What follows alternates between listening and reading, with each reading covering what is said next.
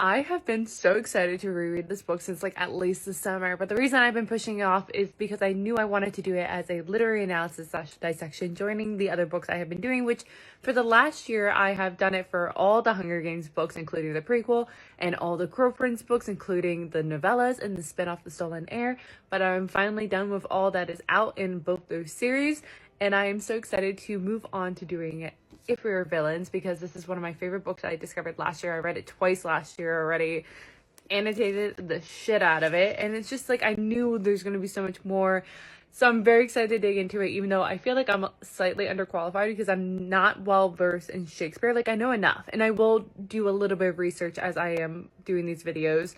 There's probably someone better out in the world to do it, but who cares? I love this book, and it's going to be fun to give my perspective, my analysis of it.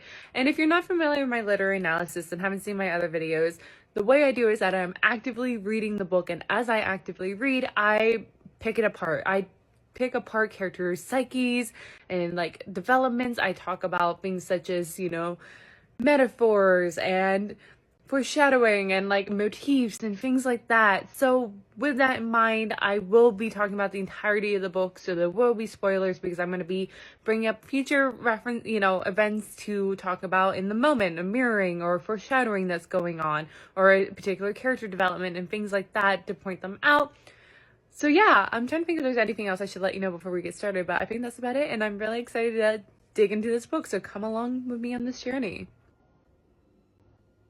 The opening sentence is brilliant. I don't even think I realized the last 2 times I read it. Well, the first time I actually listened to it as an audiobook, which I highly recommend. The narrator's performance is amazing, especially the Shakespeare parts. Like, there were moments I would be listening and I would be completely forgetting what I was doing because I was just so spellbound by this like performance. And then I read it, and even then I didn't realize that this opening sentence is just great because it starts with, "I sit with my wrists cuffed to the table and I think, but that I am forbid to tell the secrets of my prison house. I could a tale unfold whose slightest word would harrow up thy soul." Just to let you know, I'm not as great at reading Shakespeare as that narrator, but I will try my best. But that one sentence is pretty much telling us the tone and the premise of the story. His wrists are cuffed to the table, so automatically you're going, are you arrested? What's happening? But then to immediately start quoting a line from Hamlet, in a quote that perfectly summarizes what the intentions of the story is, that he is in his prison house and he is about to tell a tale. So I think it's just absolutely brilliant of an opening line. Once again, I really wish I had the playlist setting. I sadly don't have enough followers because about this time last year I was posting videos about this book, and it was just like, random offhanded me talking about random things. And one aspect that I talked about was this theory that I have that Oliver has spent the last decade fixating on the events of that year and rewriting it to pretty much write his own tragic play. And I'm going to continue with that, theory in my head here, because even the way that he is telling this tale here is stylized like a play, and you see it immediately because within the second paragraph he has, "Enter Joseph Corbin. He is a graying man in his mid-50s." And that is exactly what you would see in a script. Him, he sets up the scene. He's like, scene, this is it. The characters, this is him. A little description of each character. He does that with every time we meet a new character. We see it at the beginning of chapter 1 also. And so I think we need to keep in mind that obviously he's an unreliable narrator, but how unreliable is he going to be? Oliver is definitely an interesting character, definitely an interesting narrator, but what he says here is interesting to me because he says, "It's a surprise every few weeks to see how much he's aged, and he's aged a little more every few weeks for 10 years. He just says that about Joseph. He doesn't say that about himself, like, I've aged. So I think with that line is kind of showing that he has almost been stunted, that he's been frozen in his own mind on that year, that he hasn't grown much, he hasn't aged or matured, and even in his own mind he probably thinks he looks exactly the same he had the day he had gone into prison. So that's something we should hang on to going forward. I love the subtlety that this author does with showing us little details about her characters, like giving us a depth to them without putting it in our face. Because here, she says that, Joseph sighs, checks his watch, the same one he's worn since we met, as if I'm boring him. Which feels like you would just kind of take it in but then move on, you wouldn't really think about it too hard. But like at the same time, it's informing you that he's an actor, so obviously he'd be very offended if he bored his audience, because that's what Joseph is to him. Now, this author does pick Shakespeare quotes that fit perfectly with the conversations and situations that go on throughout this book. However, I think that we should probably look into a little bit more. Like, for instance, that the very first page of the story has 2 Hamlet quotes. And what is this trying to tell us? That maybe Oliver is not exactly all there, that he isn't completely sane. Maybe he's lost his mind over the trajectory of his story, kind of as Hamlet had slowly lost his mind. Is there something more that we should be looking at? That, is there murder? Because Hamlet also includes a murder. Again, I am pulling this information from the recesses from my mind from when I was in high school. I need to do more research. But yeah, I think it's interesting that she chose 2 Hamlet quotes on the very first page, because she could have chosen to do it like a Hamlet and any other quote, but she didn't. This is just a random thought that hit me as I read this line from Joseph when he says, "I'm leaving the force, sold out, took a job in private security, got my kids' education to think about."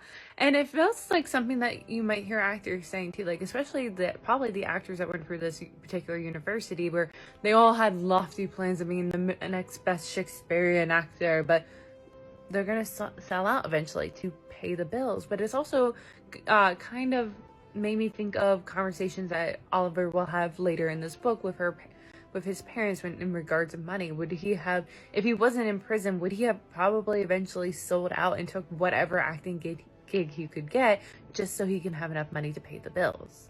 Once again, we're getting a very subtle, polarizing view of these 2 characters, how very different they move through the world. Because of Colburn and his position and himself, he's black and white, so he's kind of almost the aspect of the book that is a crime story, where you want to have, here's all the facts, I'm laying it out here, and hopefully you as a reader might be able to figure it out in the end. And in the end, when we do give you the answer, because we will give you the answer, you should hopefully be able to look back and go, oh, now that's obvious. Think of like any Agatha Christie book, for instance.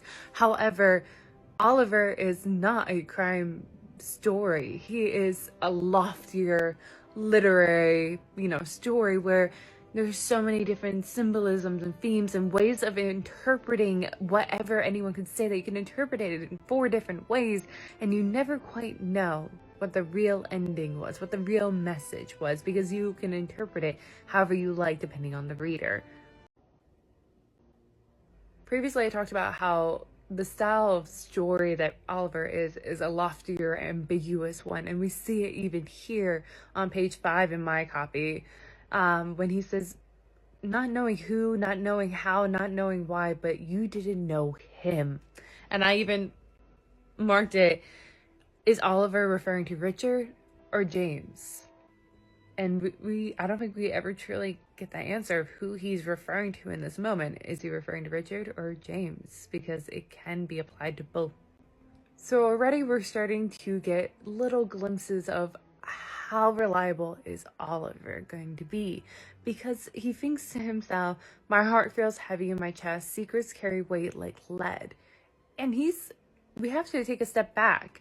He's telling us, the reader, a tale, so we don't know if he's giving us a genuine thought or if he's lying to us. And him saying that secrets carry weight like lead, he is inferring it in a way to make us think that he didn't really do it. And that's especially the way that, Colburn has been suggesting it as up to this point, but that he's covering for someone. So now it's almost taking the spotlight off him, and you're now focusing on the other characters, wondering who's really at fault, when maybe he's working in the background. Like, I honestly, this is my first time reading it, I cannot tell you who genuinely did it. Who can we really believe did this crime? One thing that I'm going to be bringing up throughout the story, and it's actually one of my tabs in here, is this blurring of the line between reality and fiction, and how easily it was kind of blurred, which then allowed the events to happen in the story. And I'm bringing it up here because in this instance, he's thinking to himself, we did wicked things, but they were necessary too, or so it seemed. Looking back years later, I'm not sure they were. And it's in that moment, the line between reality and fiction was so blurred that they were able to convince themselves that a lot of their actions were necessary. And I think it's really important that this prologue ends with Oliver saying to Coburn, and also, this is not an apology, which I think is to pretty much tell him and the readers that don't look for a hero in this story. Literally, the title of this book is If We Were Villains. We were all going to be villainous and we were going to be morally gray. So it's setting up your expectations here. Before I formally get into Act 1, Scene 1, I just want to preface by saying, yes, I did get a tiny microphone from my brother for Christmas, so hopefully the sound quality will be better going forward. But also, I just want to show, like, this is my most annotated book I own. Like, I went absolutely insane annotating it about this time last year, so I'm very excited to, like, now finally have the opportunity to, like, talk about it out loud with people.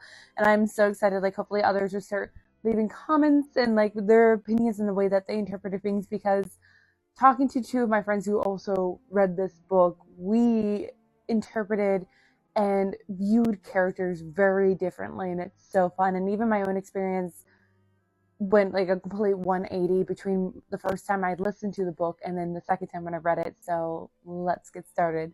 So one of the details I love about this story is that it's set up like a play, which helps to reiterate how much should we trust Oliver's story, because not only has he had a decade to think about this, but Colburn has been bugging him for the story for the entirety of this decade, for every 2 weeks, he said.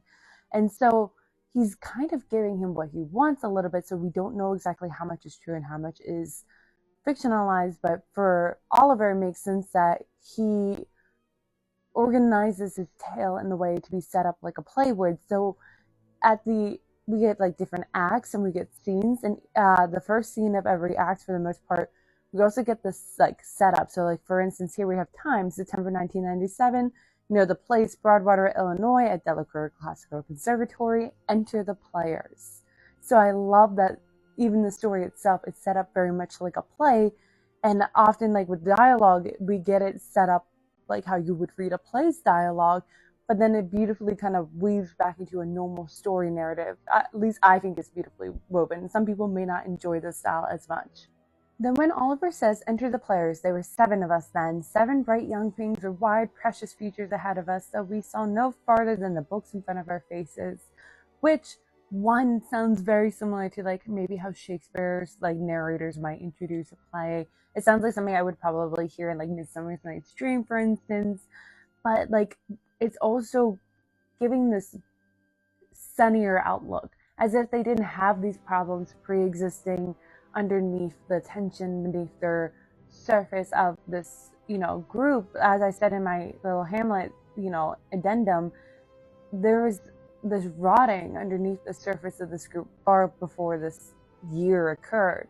And so it's interesting he's trying to paint it like that, but like it simultaneously is true that they did have a bright future in theory in front of them. That's why this is tragic, because they had so much going for them.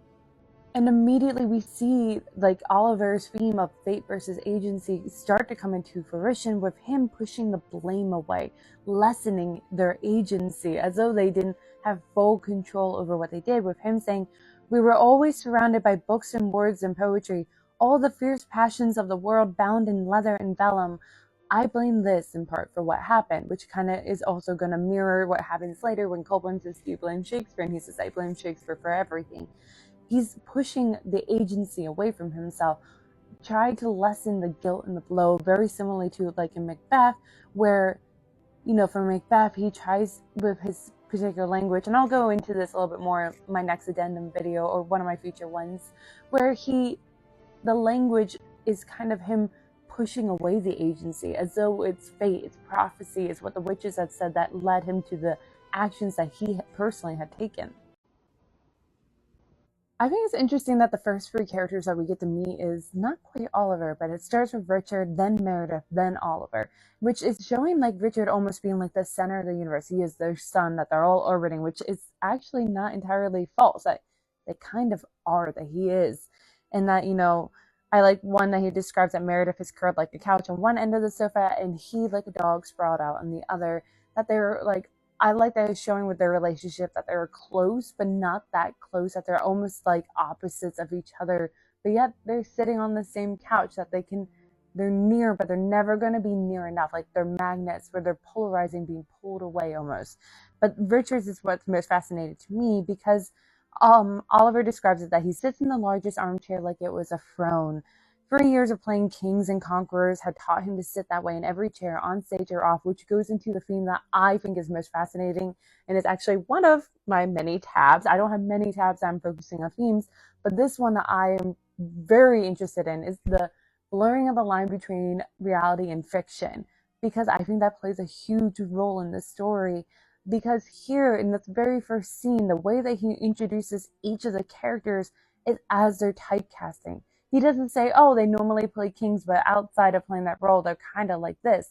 To Oliver, he's presenting that their roles on stage and their roles in real life were blurred, that he couldn't decipher where one ended and the other stopped. And we are going to see that pop up time and time again throughout the story. And I'll bring it up each time because this is the theme that I'm most fascinated in.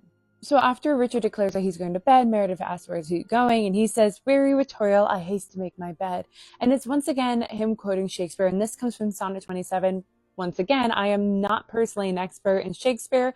I have a decent knowledge thanks to my high school education, but a lot of it is from me doing research now. And I looked up, this is coming from Literary Devices, not net, and their analysis of Sonnet 27 is that it deals with the restless and obsessive side of love, how the thought of an absent lover makes him uneasy and thoughtless, deals with the phenomenon of love and its lasting impacts on man.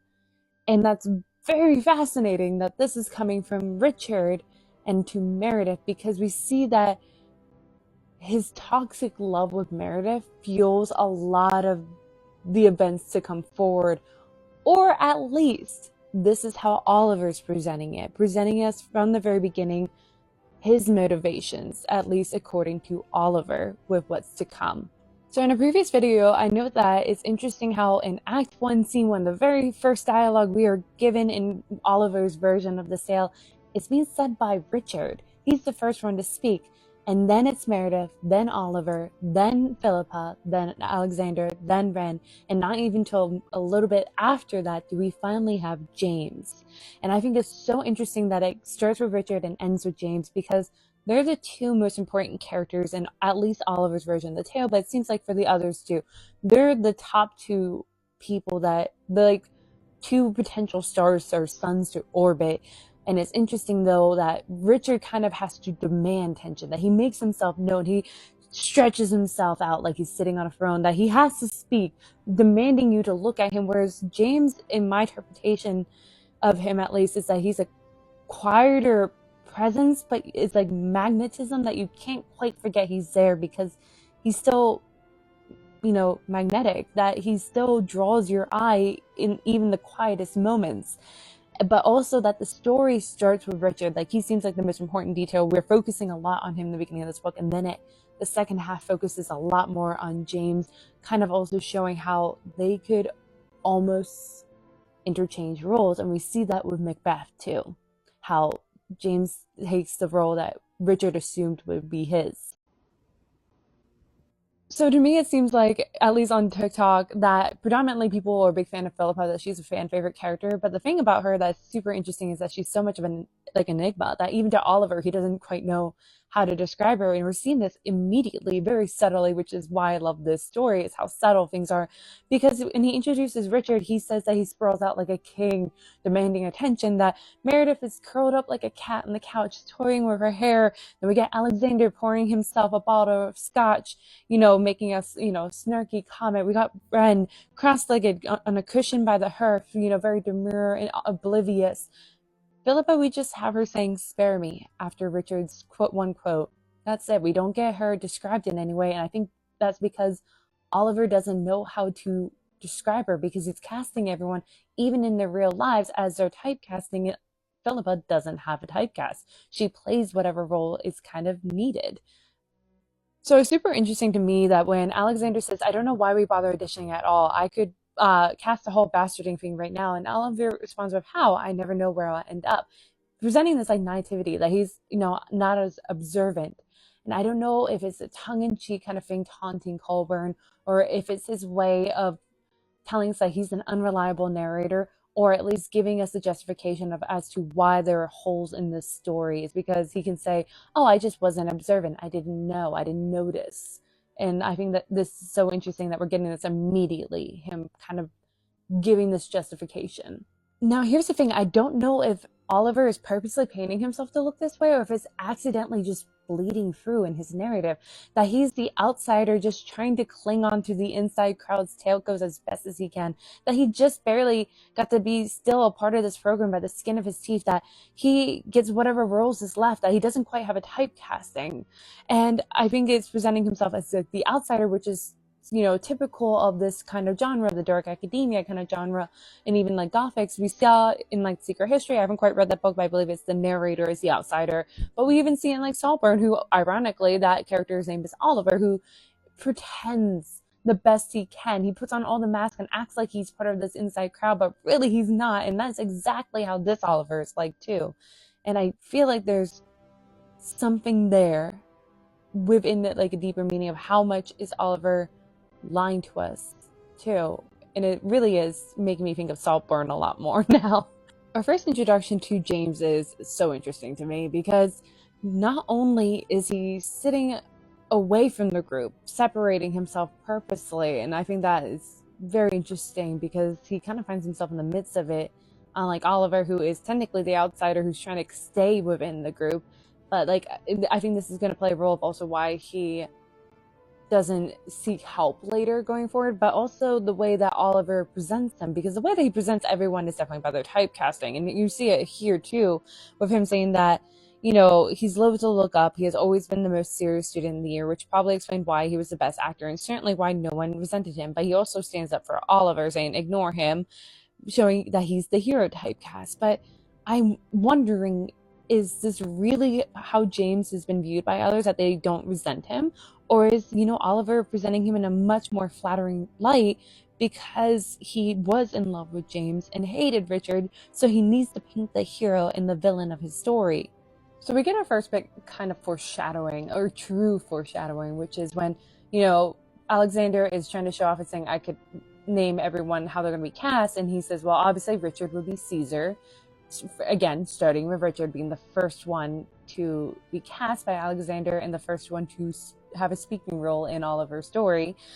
And then James responds with, because we all secretly want to kill him. Now, is James showing his real feelings? Is Oliver just trying to paint it like we all knew and all kind of thought this isn't a new idea and justified later actions? Like, it's just interesting that this is the answer, which also shows a rivalry between James and Richard. Going back to Philippa being an enigma, we get that with throughout the scene. Like, we don't get much description of her actions and what she's doing, and even her own dialogue doesn't add to her character. Everyone else's dialogue gives personality to each of them, whereas hers is, you know, spare me, to Richard II, just go to bed. That's it. It's very generic almost. So it's once again showing that she doesn't quite have a typecasting. Again, I don't know if Oliver is purposely presenting himself this way or if it's just bleeding through, but I think it's very interesting that he turns down Alexander's offer to join him to smoke some weed. But then when Pip leaves with him, he says, I watched them go a little jealous. And that's going to play such a big role for Oliver going forward. It plays a huge role throughout the story too. That's a big theme, not only in Shakespeare plays, but in this story, jealousy is going to play as a heavy motivation, which again, Oliver's telling this tale and he's heavily inspired by Shakespeare. So it makes sense that he'd be leaning in on that theme because that theme is so popular in a lot of Shakespeare's plays. In this moment, I feel like Oliver is kind of accidentally showing himself as a narrator, almost taking us out of the story because he's being so pretentious in the way that he's trying to foreshadow things, because it seems a little bit too on the nose when he's quoting Pericles, in Antioch, farewell, for wisdom sees those men, blush not in action blacker than the night, will skew no course to keep them from the light. One sin I know another doth provoke, murders as near to the lust as flame to smoke. He's saying we're our wisdom's going out the window, or about to enter a blackest night, but do not judge our sins and our actions. For this is, the night is dark. We don't have any light in this moment, trying to, again, justify their actions. And then saying murder is as near to lust, trying to say that lust and jealousy is one of the main motivations for Richard's death, when there's a lot more to it, but that is the way that he's trying to present it, because that, again, is a theme in a lot of Shakespeare plays. A lot of the murders and the tragedies, like the tragic plays, is due to jealousy and lust. I think that the other thing about Philippa that's interesting is that it's showing her as a foil to Oliver. The two of them kind of get whatever roles are left. And even here, James is saying that, God, I feel bad for her. And Oliver agreeing, saying it's a wonder she hasn't dropped out. Then Oliver pointing out that she's more resilient than the rest of us, which is showing, again, she's the one that kind of handles everything the best going forward in the future. It definitely seems like everyone's still very much struggling years later. But I think it also is showing that with everything that happens, she's constantly the one to bring the flame back down, to turn the burner down a little bit more as it's rising. Whereas I feel like Oliver reacts in opposite, where he heats up farther. I think he even encourages James a little bit more. So I think it's interesting. I'm going to look a little bit more going forward, seeing Oliver and Philippa as foils to one another. So when Oliver's saying that I would turn everything around, I would make, Alexander Caesar, and Richard Cassius, making Cassius the villain. And James says, would I still be Brutus? And he says, no, you would be Antony. Again, Caesar is very ambiguous. Some might view Brutus as being the hero, but others might see him as a spineless character who got pushed into certain actions and has to stand by it, even though it kind of goes against his morals, and you see how it affects him. Whereas Antony stood by his beliefs and condemned the others for killing their friend and leader. And so I think it's also interesting that James kind of encompasses both those characters, because the first in half with Richard's death, following that, he kind of is Brutus. He's convinced to go along with their scheme of, pretending like it was an accident and going along with not saving him. Whereas when Alexander has his accidental overdose, we see him kind of leaning more into being more Antony, standing up and sticking by his morals of saving him, that he deserves to be saved. The thing about scene 1 is that we're seeing, while a lot of these characters might moan a little bit about being typecasted, they do lean into it somewhat. That it seems like Richard loves playing king roles. Definitely he likes this, where even like Meredith might be a little upset about being always a femme fatale, but she has actions where she like moans seductively as she gets up, and all the others. But it's James who's the only one who has not resigned himself to his typecast like how Alexander has. He is the only one that is fighting to break free of it, and I think that's going to be interesting going forward. In the opening paragraph of Act 1, Scene 2, we're learning a little bit more about Delacour and how it's like on this, open land, 20-acre land, which is to make you think that it's isolated. That's why these things could happen, because there's a reason why a lot of scary movies take place in like small towns or isolated homes, to feel like you are all alone. But then what fascinates me personally is when he describes the housing situation, that the first years are clustered in brick buildings in town, that they are assuming that they're not going to make it, so they don't even get to be on campus. Because we learn a little bit later that Delacour is set up where you have to be invited to come back, that not everyone is guaranteed to go for all 4 years. And that's why, like, getting a degree from there is prestigious, that you can get any job you want pretty much if you survive it. But it looks like, the second and third years are the ones that are crowded together in the hall, that they finally made it to campus. But it's the fourth years, the handful that actually make it that far, they're tucked away in odd, isolated corners of campus or left to fend for themselves, which is fascinating to me, because you think these are the people that are like the best of the best. They've lasted this long, but yet they're treated as almost like, like an elderly family member where you tuck away in like the little corners, or even like think of Mr. Rochester with his first wife tucking her in the attic. Like that's how they kind of feel to me. And continuing off that, they ended the paragraph, we learned that the fourth-year theater students often called the castle their home, which is situated on the far side of the lake, whimsically called that. But it's not really a castle, it's just a stone building with like one turret, but it used to be originally the groundskeeper's quarters. But like, it's showing also that they are isolated within this campus too, that they're separated, that they're away from other students, and that's why these events could happen and like allowed for this madness to seep in, almost like they're separated from the real world even more than the campus already is. The description continues of him describing Delaware Hall as a sprawling brick mansion that looked down a steep hill on dark flat waters of the lake, and the dormitories and ballroom on the same floor, that they had like a refectory, a music hall, library, conservatory, and all these things reminded me instantly of the university I went to. And I love this because I can understand why they felt so isolated. Because the university I went to, despite it being in the middle of a city, was on top of a hill surrounded by other mansions. And like my university, the buildings were made up of old mansions, like our dorms in some of our classrooms. And then there was a bunch of trees. So when you were on campus, sometimes you forgot the city existed outside of it. You forgot what existed outside the bubble, that all you had to do was go to the bottom of the hill and catch a bus, and then you can hang out with like four other colleges and do normal city things. But sometimes when you're on campus, you are like so trapped in this bubble that you forget about the real world outside it. We literally had our own like jargon and lingo and things like that. So that's why I can completely understand why this group of students felt so isolated and so trapped within their little echo chamber bubble. And it just festered and got worse because, for them at least, it was even worse because they are isolated. Besides the campus and the town, there isn't much else surrounding them. So Richard and Oliver are walking through their auditions together, and Richard asks how he's feeling. Oliver's like, "I'm nervous," and Richard says, "You're never as dreadful as you think you are. Just don't shift your weight too much. You're most interesting when you stand still." Now, one, it's like definitely a backhanded compliment, but it's showing that he does pay attention to Oliver, that he pays attention enough to note that like you're really a good actor. He continues by saying, like, "I mean, when you forget you're on stage and forget to be nervous, you really listen to other actors, really hear the words like it's the first time you've heard them. It's wonderful to work with and marvelous to watch." And so it's showing someone else. Well, again, I need to stop doing this, but this is Oliver telling the story, so who knows if this is actually true and something that Richard really did say. But if it is, it's showing that they do pay attention to him, that he's not as invisible as he thinks he is. But also I'm wondering if it's a potential tool for foreshadowing, a liar's tell. If he is shifting his weight too much, does that mean he's acting in that moment? So I think that's something I need to remember and keep in mind, and I think everyone else should keep it in mind.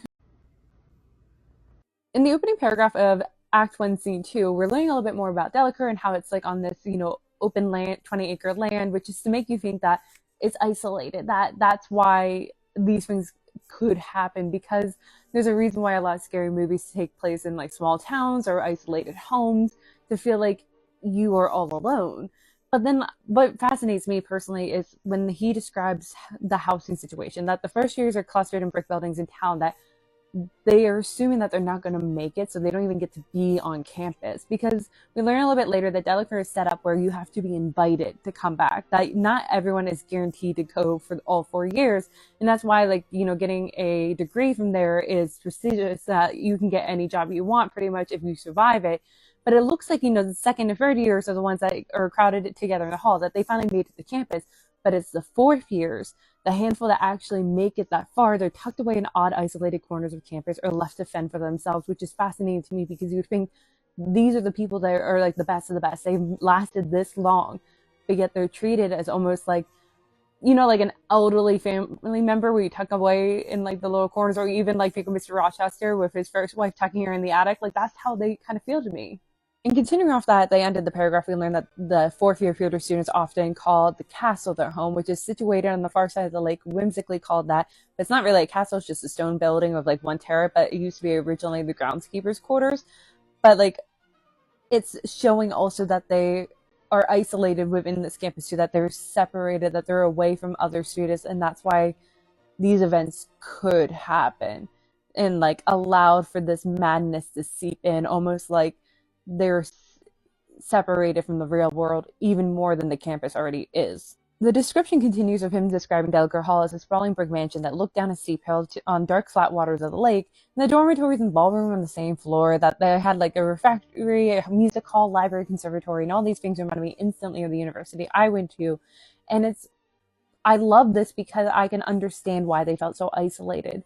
Because the university I went to, despite it being in the middle of a city, was on top of a hill surrounded by other mansions. And like my university, the buildings were made up of old mansions, like our dorms in some of our classrooms. And then there was a bunch of trees. So when you were on campus, sometimes you forgot the city existed outside of it. You forgot what existed outside the bubble, that all you had to do was go to the bottom of the hill and catch a bus, and then you can hang out with like four other colleges and do normal city things. But sometimes when you're on campus, you are like so trapped in this bubble that you forget about the real world outside it. We literally had our own like jargon and lingo and things like that. So that's why I can completely understand why this group of students felt so isolated and so trapped within their little echo chamber bubble.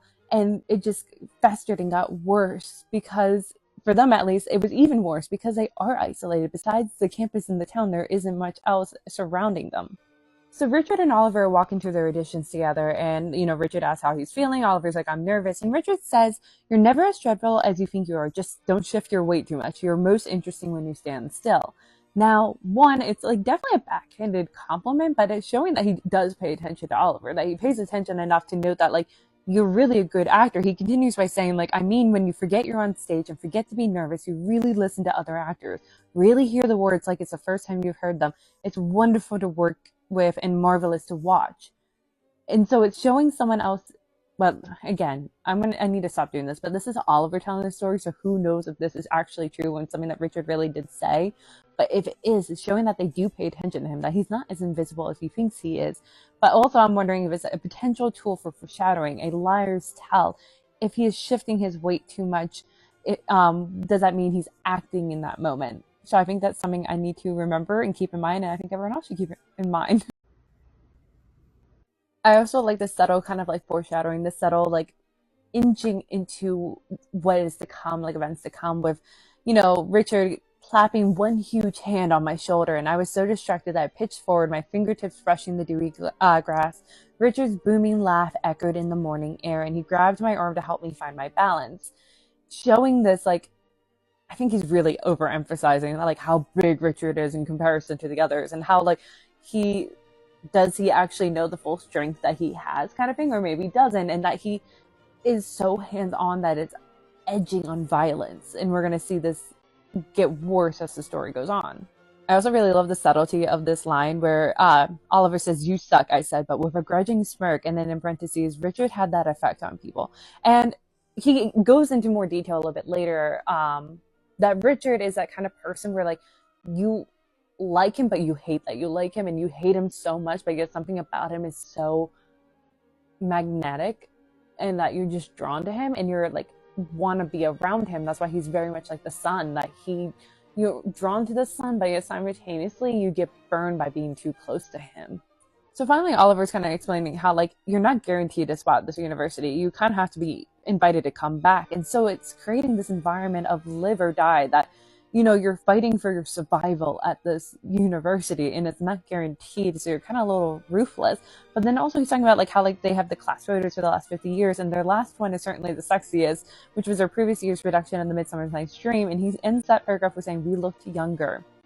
And in all honesty, if you look between your pictures of you junior and senior year, like if I look back at my own, there's not that big of a difference of how I looked. But I think what he's more so is trying to say is that they felt younger. They seemed younger. They didn't have the weight of all the problems that they did this year. But simultaneously, it makes sense because he literally says here that the third years do comedies and romances. That's such a lighthearted kind of stories that they're doing there, whereas fourth year, they're doing tragedies. And it makes sense that they're taking on the vibes of whatever play they're doing that year, because as I'm going to continuously point out, there's a blurring of the line between reality and fiction. They take on their roles and parts and everything so seriously, so wholeheartedly, that they sometimes cannot see what is real and what is fiction. We're getting more evidence showing how the typecasting works, down to even how they were dressed, because he's describing the picture of them in Midsummer Night's Dream, that the characters for like James and him make sense, the hero sidekick kind of thing. And they wear like striped boxers and white undershirts instead of glaring at each other, because it was a pajama party style, is how they reimagined it. Ren's wearing a short pink nightgown. She's the ingenue, the sweet girl next door. It's pink compared to Meredith's slinky, revealing black lace nightgown, the femme fatale. Alexander playing sinister and seductive Oberon in a slinky silk bathrobe. But then we have, which was a little surprising, Richard as Nick Bottom, but how Oliver describes it is that he played an aggressive, unpredictable, and totally deranged version of him. He terrorized the fairies, tormented the other players, scared the hell out of the audience, and as always, stole the show. And that tells us a lot of Richard, not only the characters he plays, but he himself, because again, there's a blurring the line between themselves, real persons, and their characters, or they can't tell which was Rich anymore. But to me, I think it's interesting because Nick Bottom could be played as goofy, but he's playing it as aggressive. Oh, and also at the end of that paragraph, Oliver said that, regarding Richard, and always stole the show. And I think I have a little note in here of my annotations that I have, even in death, Richard continues to steal the show. His presence is felt even when he's dead, as we're going to see. In Act 1 scene, when we get our first introduction of the players of his friend group and how Oliver describes them as their typecasting, we're given it listed very briefly. Here he goes into more details of why they were able to stay for all 4 years. He says Richard was pure power, 6'3", carved from concrete with sharp black eyes and thrilling bass voice that flattened every other sound in the room. He played warlords and despots, and anyone else that the audience needed to be impressed by or afraid of, whereas Meredith was uniquely designed for seduction, a walking daydream with supple curves and skin like sand, but there was something merciless about her sex appeal, and you watched her when she moved whatever else was happening, and whether you wanted to or not. With Meredith, Oliver's biased, so I don't fully buy into what he says completely, but it could be true. It definitely seems like it because that is her typecasting. But again, she could be playing into that role, and he's blurring the lines between who's the real person, who's the character. But it continues with him describing Ren. She's the ingenue, the girl next door, waifish finger with corn silk hair and China doll eyes. Alexander was a resident villain, the Finn and Ryrie of long dark curls and sharp canine teeth that made him look like a vampire when he smiled. Philippa and I were harder to categorize. She was tall, olive-skinned, waifish, vaguely boyish, and I didn't say in the previous one, but in the Midsummer Night's Dream, while Ren and Meredith got to wear shorter, cute little night dresses, she wore a nightgown, like a long length one, so they really don't care about her. And then for James, he's described as being like the quintessential hero, that he was so handsomest of us all. Meredith once compared him to a Disney prince, but more charming than that, he was a childlike depth of feelings on stage and off. And he says for himself that he's like Oliver himself, that he's not especially handsome, not especially talented, not especially good at anything, but just good enough at everything that I could pick up whatever the slack of others left. So he definitely views himself a lot more negatively, especially in comparison to what Richard just said earlier in the scene. But also he thinks that the only reason why he survived past the 3rd-year purge was because James would be moody and sullen without him. That they are so linked together. They're so close. And we see it just develop. And even the way that he describes James, Oliver says, I was protective and even possessive of him. When other friends came too close and threatened to usurp my place as best, an event as rare as a meteor shower. And that is the possessive obsessiveness form of love is a theme that we see in quite a few Shakespeare plays. And that is going to definitely continue to be interesting. And we see him being possessive of James. But I love that he's at least up front. He's like, I am possessive of James. James is mine.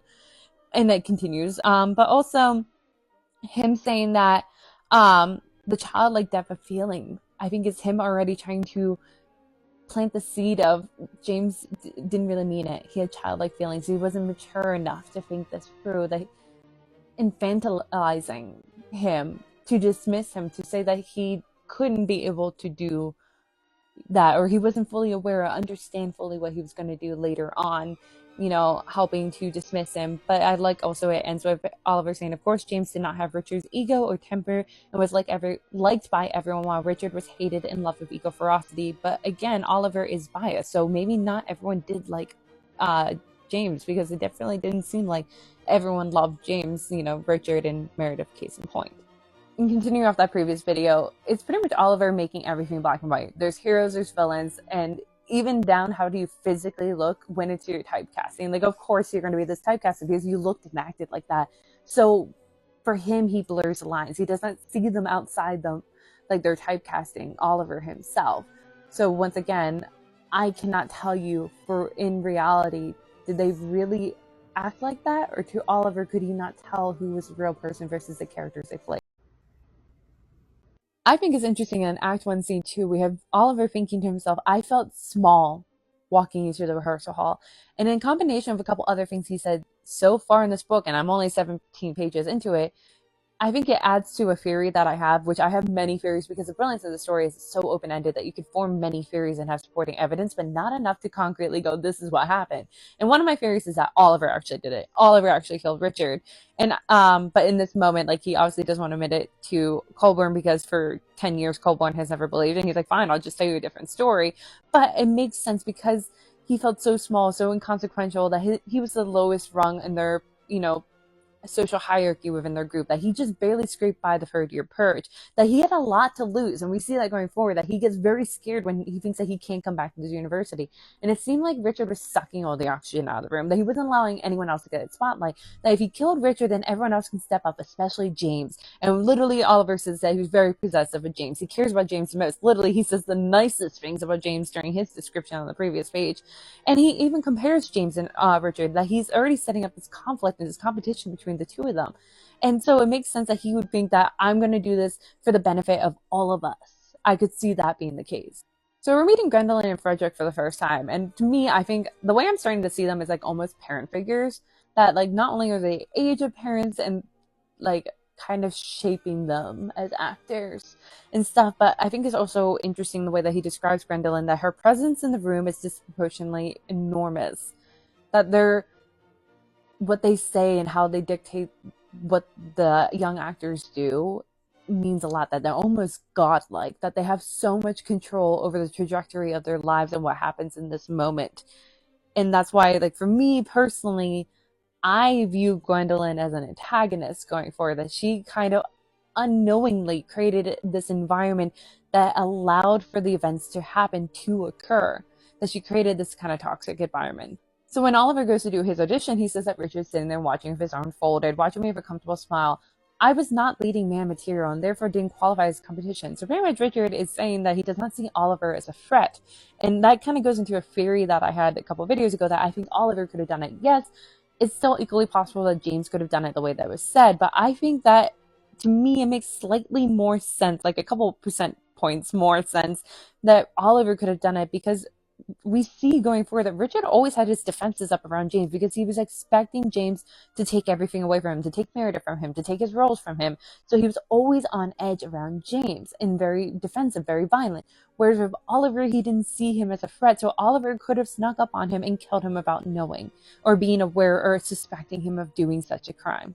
We also get this kind of interesting potential hint to Oliver's character, because here Gwendolyn's like, did you like lose weight? He's like, I gained that. Apparently the previous summer break, she advised him to bulk up, and he had spent hours at the gym every day, June, July, August, hoping to impress her. So to me, I think it's showing that he is constantly working for others' approval and acceptance, that he's willing to dedicate himself to going to the gym hours per day, June, July, and August. Again, if he's telling the truth, who knows?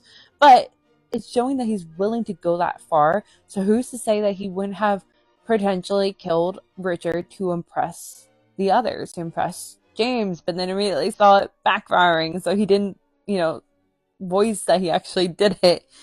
And also, though, like, he describes Gwendolyn looking at him with the cold scrutiny of a slave trader, and is showing the callousness and calculation, like the way that she categorizes them, and the way that, like, the vibes and the temperature of this environment that they exist in, that all of this compounded created this toxic environment that led to the crime. So Act 1, Scene 3 is still kind of going into the setting, giving us a little bit more details, letting us know the environment that the story is existing in, these characters are existing in. And at this point, it's still trying to sell us on, it's just a normal college. Like, it has this dive bar like every other college. And it's a dive bar where they know every student that goes to this college, and they've accepted as many fake IDs as they had real. And they have never questioned the fact that a lot of them have been 21 for 3 years now. And it's just the point of trying to make it feel like this is just like any other college, when in reality it really isn't like any other college, because it is a specialty arts college where your place in it is not guaranteed each year. By simply having him say, like Oliver say, that the six of us sat in our usual booth at the Boar's Head. Usual booth is letting us know, oh, this is mundane, this is the normal, even though their lives are abnormal to, like Colburn, for example, this was their mundane. They would, rehearse, they would have auditions, and as they waited to hear about their roles for the upcoming performances, they would always go to the Boar's Head and set up their usual booth and wait and take turns to see if the casting list had come up yet.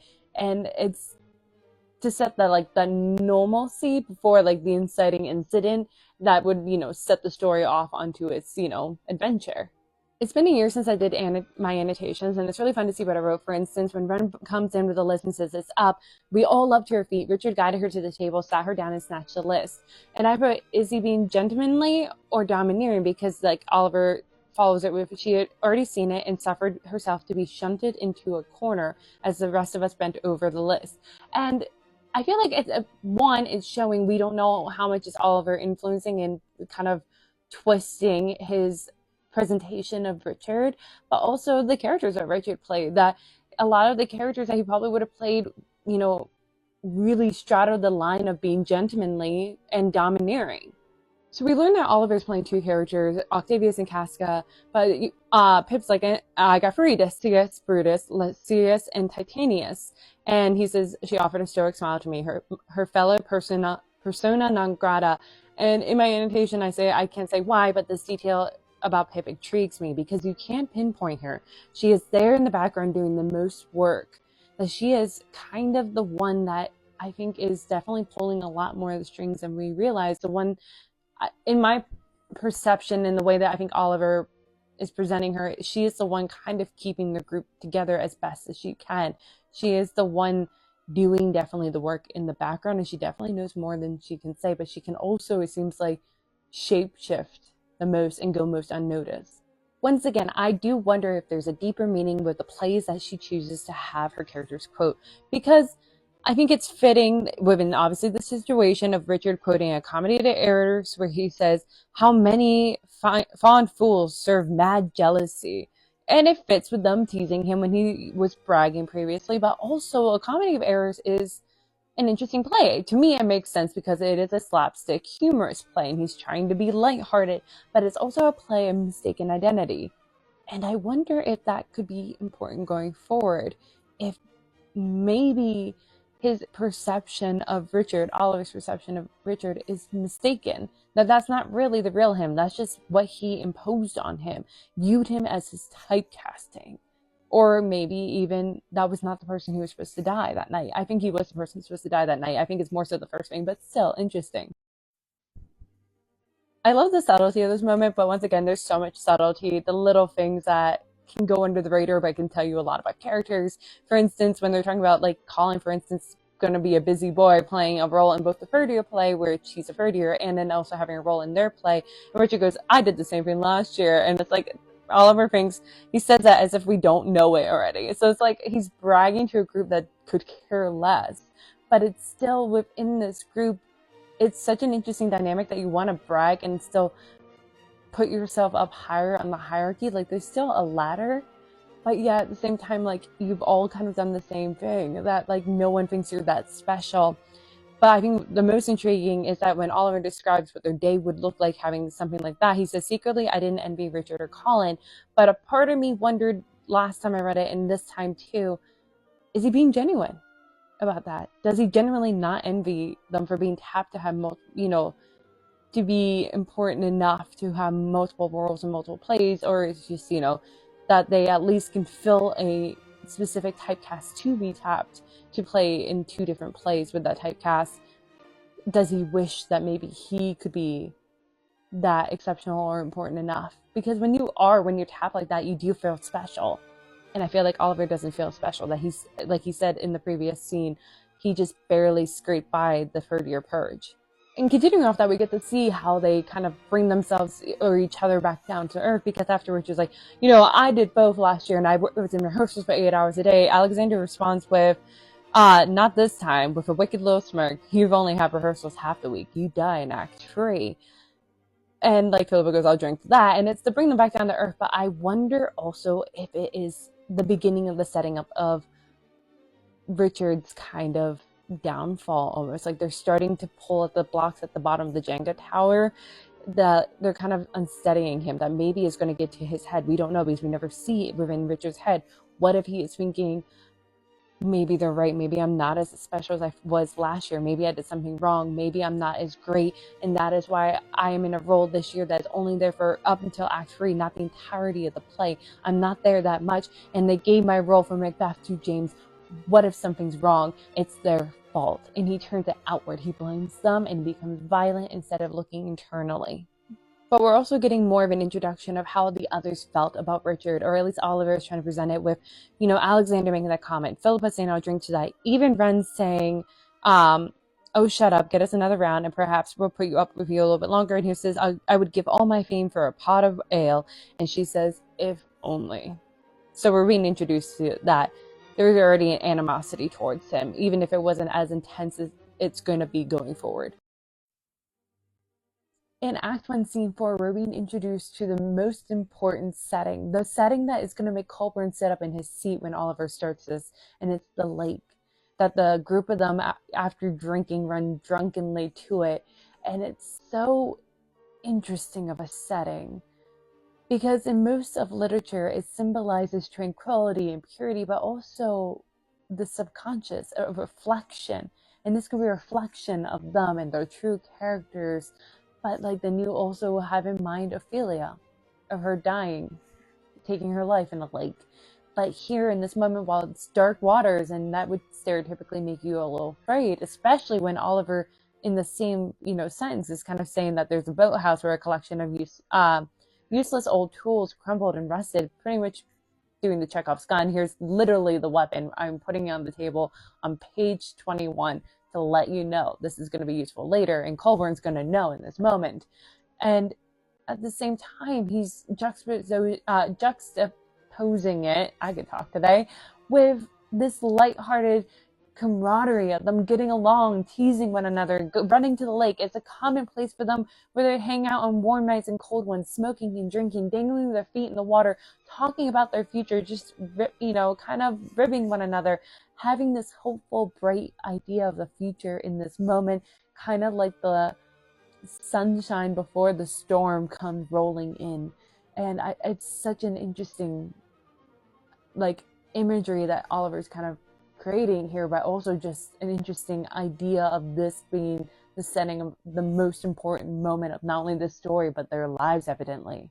An interesting thing to look out for is the way that Oliver describes Meredith, because every time we've interacted with her up to this point, for the most part, at least 70 to 80% of the time, there's some sexual detail that he adds in. For instance, here, that they're running to the lake, that Meredith is by far the best shape and much faster than the rest of us, ran with her hair snapping like a flag behind her and got there first. She stopped and draped her arms over her head, a pale strip of her back visible above her waistband. Now it could be, just benign, but not with Oliver. And the fact that he is zeroing in on her exposed skin in this moment is interesting to me, because especially him having such a flaming crush on her. But is it really a crush, or is it just a kind of thing that he feels like if he could have sex with Meredith, then he proved himself, because she is kind of his idea of what sexuality is, the epitome of sexuality, epitome of sex and adulthood and manhood and things like that. If he had sex with Meredith, then he would be a man like Richard, kind of thing. I'm also very intrigued with their relationship in general, because I have a theory that I'll get into more later at the next act, but I think he made it up. I'll get into that a little bit more, and I already made a video previously last year kind of going into how I think he made up his relationship with Meredith. But I do wonder, because there are moments where she turned and grabbed both my hands because I was the closest. So he's trying to dismiss it, but he's saying that she grabbed him, and he pretended to protest that she dragged me to the end of the dock. Yet Richard's not really making a big deal about it. But if it was James, he would have. So he really finds Oliver non-threatening, but simultaneously, with the way that Meredith and James interact going forward in certain moments between them and the history between them, I do wonder, does she turn to Oliver to make James jealous more so than making Alexander or Richard jealous?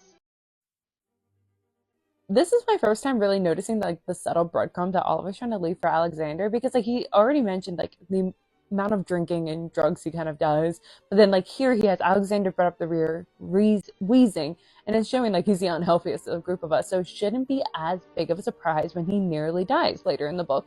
And I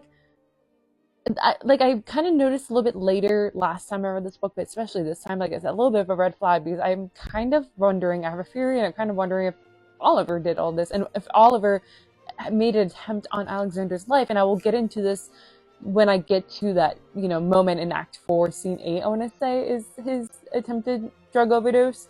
But I also made a video about it like last year, going just about that scene. But I think there's got to be a reason that he's putting in this detail this early on. There's a reason why he's doing it. I want to know, but sadly with the story, you're never going to get a concrete answer. I'm just going to keep saying it. There's a reason why the author gives a particular quotes to a particular character.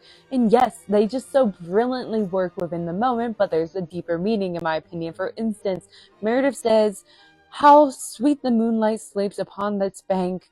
Here will we sit and let the sound of music creep in our ears, soft stillness in the night become the touches of sweet harmony." And it's a quote from Merchants of Venice, which is a play about property. And that stood out to me because to Richard and to even Oliver, Meredith is property for them to own and use as a kind of like thing to flaunt, be like, look, I got Meredith, like, look at this prize, look at this trophy I just got. So it's interesting that she's using that play. And once again, another play being quoted by a character I think is important. We then have James, the next quote is at least by James, and he's quoting Hamlet, which I, in my addendum, talked about how it's so interesting that Oliver quotes Hamlet twice in the very beginning, especially because if you think about it, he doesn't know at that moment that James is dead, but he is thinking about James a lot because he hadn't seen James in a few years. So James is probably on his mind. He's wondering, where is he? Did he give up on me? But to have James quoting Hamlet is fascinating because, as I said in my addendum, is James Hamlet? Is he the prince, the handsome prince that slowly loses his mind as the play goes on? Is that James? And in this moment, I'm wondering that once again. Just like in Act 1, Scene 3, we have another instance where Alexander and Philippa say something that to me feels like they're pulling away the little wooden pieces at the bottom of the Jenga tower. That it's not noticeable at this point, but it's making the base unsteady and it's going to topple soon enough. Because in the last scene, they were making fun of him when he bragged about having multiple roles. Here, Alexander says to Meredith, "You can't keep your clothes on for 24 hours, can you?" And Philippa says, "Maybe if Rick could keep her happy, she wouldn't be a slut around the rest of us." And we see going forward that is, on at least the surface, something that Richard presents is the reason why he is violent towards them, is his relationship, or more so possession, of Meredith, that he kind of sees her as an extension of himself, and her being taken away is like him losing a limb almost. And what he doesn't admit, though, really is his pride that's being wounded. But it's interesting that I'm now noticing that it's almost the two of them that are poking this bear, pushing Richard towards his inciting incident. I'm never going to stop talking about how important the quotes are and why they're said by each character. Because, for instance, in this same scene, we have both James and Richard quoting from Hamlet. And that's very important to me because of this competition that exists between the two of them. At least the competition that Richard, Oliver, and a few others think exists. Because if you actually look at James's actions and words, I don't think he sees a competition between them, but the rest of them kind of do. So I think it's so interesting that James would quote Hamlet, and then a very short time period after, Richard would quote Hamlet, almost like he's trying to be like, I could do it better, kind of thing. On page 22 of my edition, I think this paragraph describing the lake and the woods is so interesting and very important because it's telling us a lot, and he's giving a lot of attention to the scenery because of its importance going forward. Because he says that the sweltering summer in the suburban Ohio had made me impatient to return to Delacour and the lake.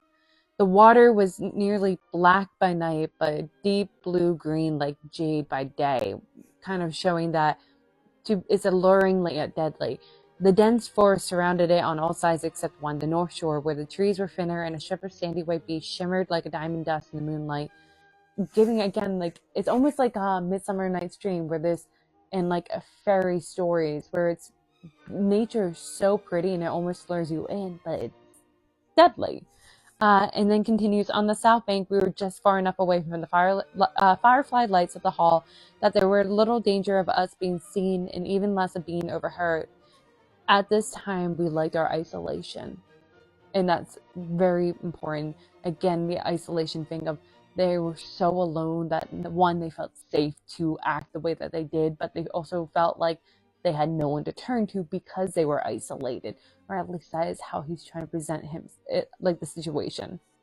So once again, I find it very interesting the annotations I put last year because, for instance, here Richard says, "This is going to be a good year," he said. "I can feel it." And I wrote, "Testing fate," because that's usually what happens. I feel like usually in a lot of these kind of stories, especially fate versus agency stories, they have someone making this grand proclamation of like everything's going to be fine, and then everything falls to shit. That's why it's a joke in a lot of like books and movies. We're getting this continuation of showing us their animosity towards Richard. At this point, it's kind of play animosity, this mocking.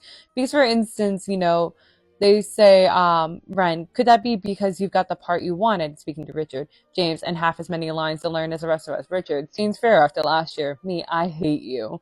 Richard, "Hatred is the sincerest form of flattery." Alexander, "The imitation dickhead." A few of us snickered and still pleasantly buzzed. Our squabbling was good-natured and usually harmless. We had like 7 siblings, spent so much time together that we had seen the best and the worst of one another and were unimpressed by either. Kind of going to what I said, I think, in the previous scene, but it's showing, it's like, look, we're a found family, but we're a family that breaks apart, which again is a theme that we see in a couple Shakespeare plays, such as Macbeth being one of, not Macbeth, sorry, King Lear being one of them, but like also, and like even Hamlet, but he's trying to present it in a good light, which it could be a good light, it could have been good nature, but it all went bad, but obviously the groundwork was there. We are also getting an introduction to Oliver's home life, his family, how his parents didn't approve of him coming to Delacour and made fun of him for it, which is kind of setting up the stakes for Oliver, why he needed to stay and needed to succeed to prove his family wrong, but also like because this is what he's staking his entire future and identity on. It is during the rest of the scene that we're really getting our first glimpses or introductions to how none of them really have a good family life, even if they try to say that they do. Like, I don't think we get to know much about Richard and Ren, their cousins. We get a glimpse of his parents during the funeral, but we really don't know much, but you can assume it's not great. They probably thought he was the second coming, to be perfectly honest, but we don't know much. Not like Meredith, where we learned that her parents completely ignored her existence. We learned that, Oliver's parents disapproved his decisions. We learned about, Alexander wishing that his mother paid attention because she gave him up at foster care at an early age. That, as far as I know, Pip doesn't know who her parents are at all. So the only one that actually has a good family life, it appears, is James. So it seems like they're all kind of have shitty lives and they're shitty people, but the only good one amongst them, according to Oliver, was James. Within the same scene, we were getting our 4th Hamlet quote, but this time from Alexander. But it's making me wonder, like, should we really start be thinking, like, oh, this is leaning into Hamlet, we should really be thinking about that play more, or is it a red herring? Like, is it trying to make us think that this story is going to go in accordance to Hamlet, and then it pivots and we don't even realize? Like, I actually still don't know, but it's a question I want to put out there. And we get this lovely bit of potential foreshadowing, which is when Alexander says, "Lucky you," and shoved Richard off the dock. He hit the water with a monstrous splash, which sent water crashing over all of us. And now I'm questioning, now I'm wondering, because it's Alexander that pushes him in. And I could see Alexander being the one to take that leap, because going forward, we're going to see time and time again, him the one stepping forward, him the one to suggest that they retaliate when Richard starts being violent while doing Julius Caesar. Wow. He's the one that suggests that they don't do anything as he is dying. So it would make more sense that Alexander could have killed him. Honestly, at this point, anyone could have killed him, and I can justify it. I also think that this moment, or this quote that Oliver has, is very beautiful to me, because he says that I was the last one standing on the dock. I didn't believe in God, but I did ask whoever was listening to not let Richard's prediction jinx us. And it's beautiful to me because as we see towards the end, everyone else had moved on with their lives, or unless they're dead, but it seemed like everyone had moved on past Delacour, whereas Oliver is still trapped there. He's still thinking about this moment, this year, and has not moved past, has not fought past Delacour, he is still the last one standing on that dock. Okay, so there's this little detail here which like I don't think it fazed me any other time I read this book, but just because I'm so looking at like nitpicking and looking with like a magnifying glass, I noticed it. And it's when Oliver said that we sat in a ragged circle, legs folded like storybook Indians. And I was like, that's probably not politically correct to say today. Like I would not recommend putting that in a book, but at the same time, this book takes place in the late 90s, and as someone that was, in elementary school during that same era, I remember that's what we called it. You'd be like, oh, sit Indian style, or sit crisscross applesauce. Like, so it's like sometimes those little details do help with the like aesthetic of the story and really making you feel like this is the true era. But at the same time, like I feel like this is a great conversation that we should probably have of stories going forward. Like, should we keep certain jargon that was popular in the era if it is not politically correct today? I do love that, like, for the most part, a lot of the scenes open with, like, the setting, telling us what it looks like. And here he's describing Gwendolyn's lair. The Studio 5 is what she calls it, which, like, is a popular club in New York, especially during the 80s. That was a huge place. And it's funny that, like, they're in the middle of Indiana and they're like, we got our Studio 5. Like, it's one of those things that they think so highly of themselves because they're in the middle of nowhere. But if you put them in New York, they probably would not have been as hot of shit as they are here, which again kind of I think plays into maybe the events to come, that it really messed with their egos and their brains, that they were, this type of people, this kind of fame on this small campus. So we're getting a description of the rest of Gwendolyn's room, which is going to be interesting when comparing it to Frederick's, which neither of them match like what a typical university classroom looks like, but Frederick's is closer because Gwendolyn's has like no chairs. It's just floor pillows and rugs and like tapestries. And like Oliver has to say, like, you have to fight the temptation not to spread out and fall asleep, which is trying to give a relaxed environment and like almost trying to resist the power dynamic of like a teacher student. But at the same time, I don't know, like there's something there that is interesting, that this is the room that she completely peels them apart and leaves them bare and vulnerable. So this spot just hit me as like Gwendolyn's like making them do yoga because they're not bright-eyed and bushy-tailed enough. And it made me realize that like, all right, I already thought this, like that Gwendolyn and Frederick are like their surrogate parents here at this campus. There's a reason why we have like a male and a female too, adult figure in their lives at this campus. But it's interesting when you compare Gwendolyn with Frederick, because Frederick, I feel like has the role that is needed for these students, that he's more, has rules and structure, but is supportive. But at the same time, it's almost like an absentee father because he really doesn't step in that much. Whereas Gwendolyn is hovering and pressuring and poking at them, but she's trying to be like the fun parent and trying to be their friend. And it's kind of, I think between the two of them, neither of them are great. I would prefer Frederick personally because, even as a college student, you still kind of need structure and guidance like you do as a child. But I think both styles kind of did influence the way that events unfurled. When Gwendolyn says, and I want to let you know that things are going to be work a little differently this year, Oliver says, like, for the first time, the class, besides Alexander, showed signs of life. They perked up because they're thinking, are we going to be breaking our typecasting finally? We're entering our fourth year of playing the same roles. I think for the most part, I get the impression everyone but Richard probably would like to play a different role. And that's the thing. I feel like most actors go into acting because they want to play different roles. They want to be different characters. They don't want to be themselves. But at this point, they've been pigeonholed into this typecasting, and these students can't differentiate between who's what their typecasting is and who they really are. But unfortunately, Gwendolyn is not going to do that. She's going to strip their skin off and leave them completely bare and vulnerable, which is going to lead to it's like another like Jenga block being pulled away, which leads to this tower tumbling. I personally think that Gwendolyn is one of the biggest antagonistic forces in this story because literally here Oliver says that her teaching methods is merciless, that it was not unusual for students to leave her class in tears. And like we watch her like peel them apart and leave them vulnerable and just like create this environment that allowed them to blur the lines between reality and fiction and justify their actions. Yes, she did not force them to act the way that they did, but she did create the environment for them to justify it. However, like it's interesting seeing here, like on TikTok, people talk about like how they had teachers like Gwendolyn. Like it's a good thing what she does. She's pushing them as actors, but I feel like there is a point.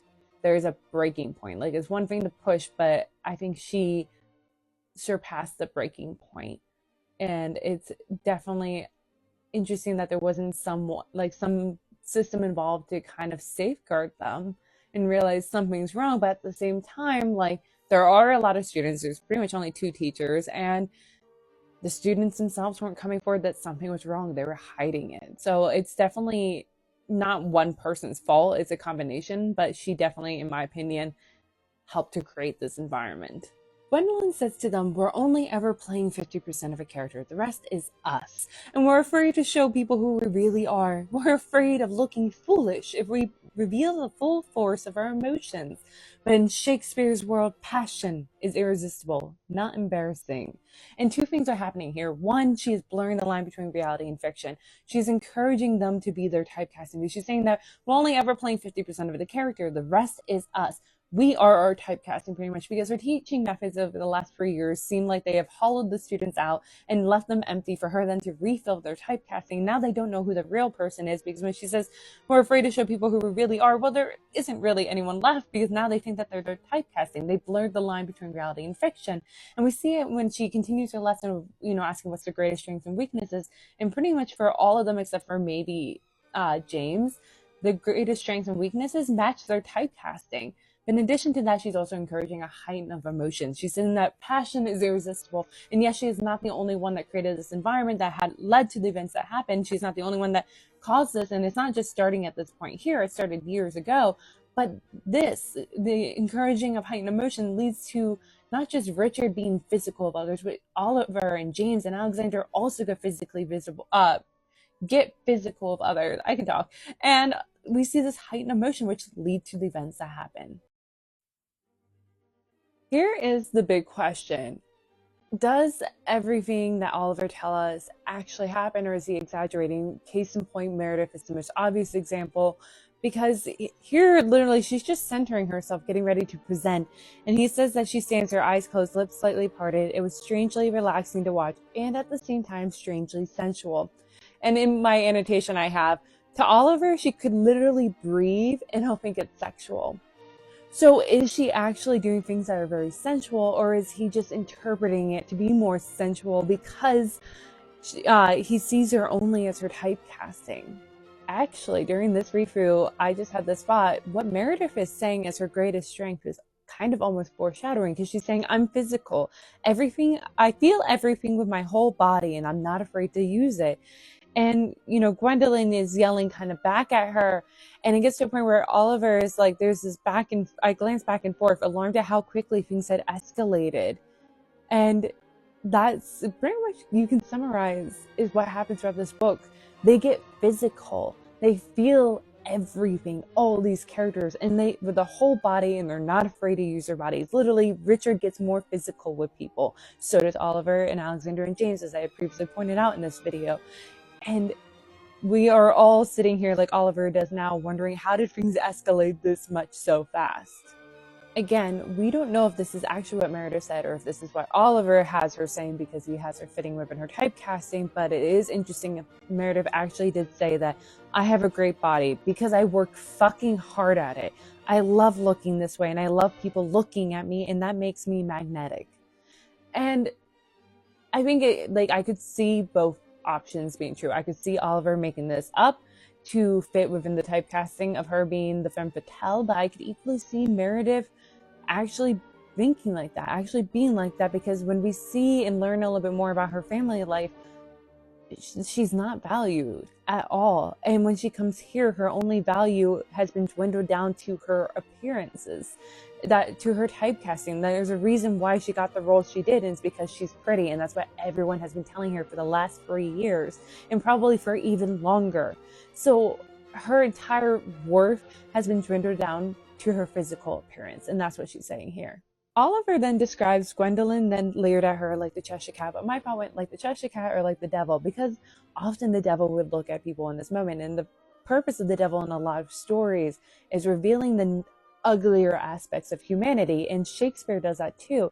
A lot of his plays, the majority of his plays, are him removing the mask that we wear when facing society, our polite, nice mask, and revealing the uglier, horrible side of our nature sometimes, and especially when you get shoved into situations where these can be revealed. Because a lot of his characters are not grand villains. No, a lot of these characters are everyday people that you can relate to. Even if, say, they're kings, you can find something about them that you can relate to, but then they find themselves in situations and interactions that have them removing their masks and, stripped down, and in an environment where then they're making horrible choices. And that is what's happening here. We have characters that we can understand and recognize as being people we've interacted with in our lives too, or we are ourselves, but they had their masks removed and have been stripped bare and put into an environment where they are then making terrible decisions. The other thing about Meredith's strengths and weaknesses and things like that, she says I'm pretty and I worked hard for this body, and Gwendolyn says you're a beautiful girl. It sounds bitchy, but you know what? It's true. More important than that, it's honest. But that's all she says. She's leaning into her typecasting, saying, yep, that's pretty much it. You are just a pretty face, so that is who you're cast as the pretty face. But not going more into being like, yes, let's push harder. How can we show audiences that you are more than just that? That yes, on the surface you are pretty, but there is depth behind your characters. No, she doesn't. She just dwindles Meredith down to one trait, which is the femme fatale.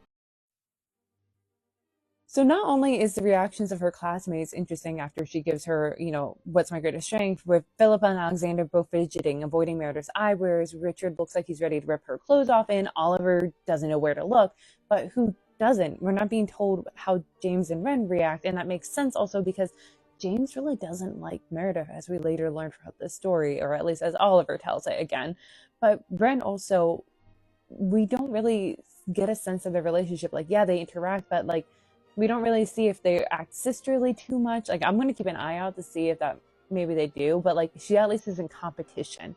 It doesn't feel like there's not a competition between them, whereas Philippa a little bit, because Philippa doesn't have that security of having a role. And it's interesting that her and Alexander are a little petty and they poke at Meredith often. It makes sense that Richard wanted to rip her clothes off, but it's also interesting that Oliver, who also wants to have sex with Meredith, when faced with his desire, when faced with his sexual desire, he gets a little awkward. Once again, what Meredith says is true. This is the truth for her, I feel like, even if Oliver is manipulating the tale, because here she says for her weakness that I'm afraid that I'm prettier than I am talented or intelligent, and that because of that, no one will ever take me seriously as a performer or as a person. And we see that's true. No one takes her seriously here. No one sees her as an actual person. She is an object to mock and make fun of and tease. She is a person to own, to possess, to want to desire, someone to aspire to having for themselves. And even James, even here, Oliver notes that he peers at Meredith with a keen, evaluative interest, as if she was a statue, a sculpture, something shaped 1,000 years ago in the likeness of a pagan deity. She is not an actual being. She is something greater, something for them to impose on, to use.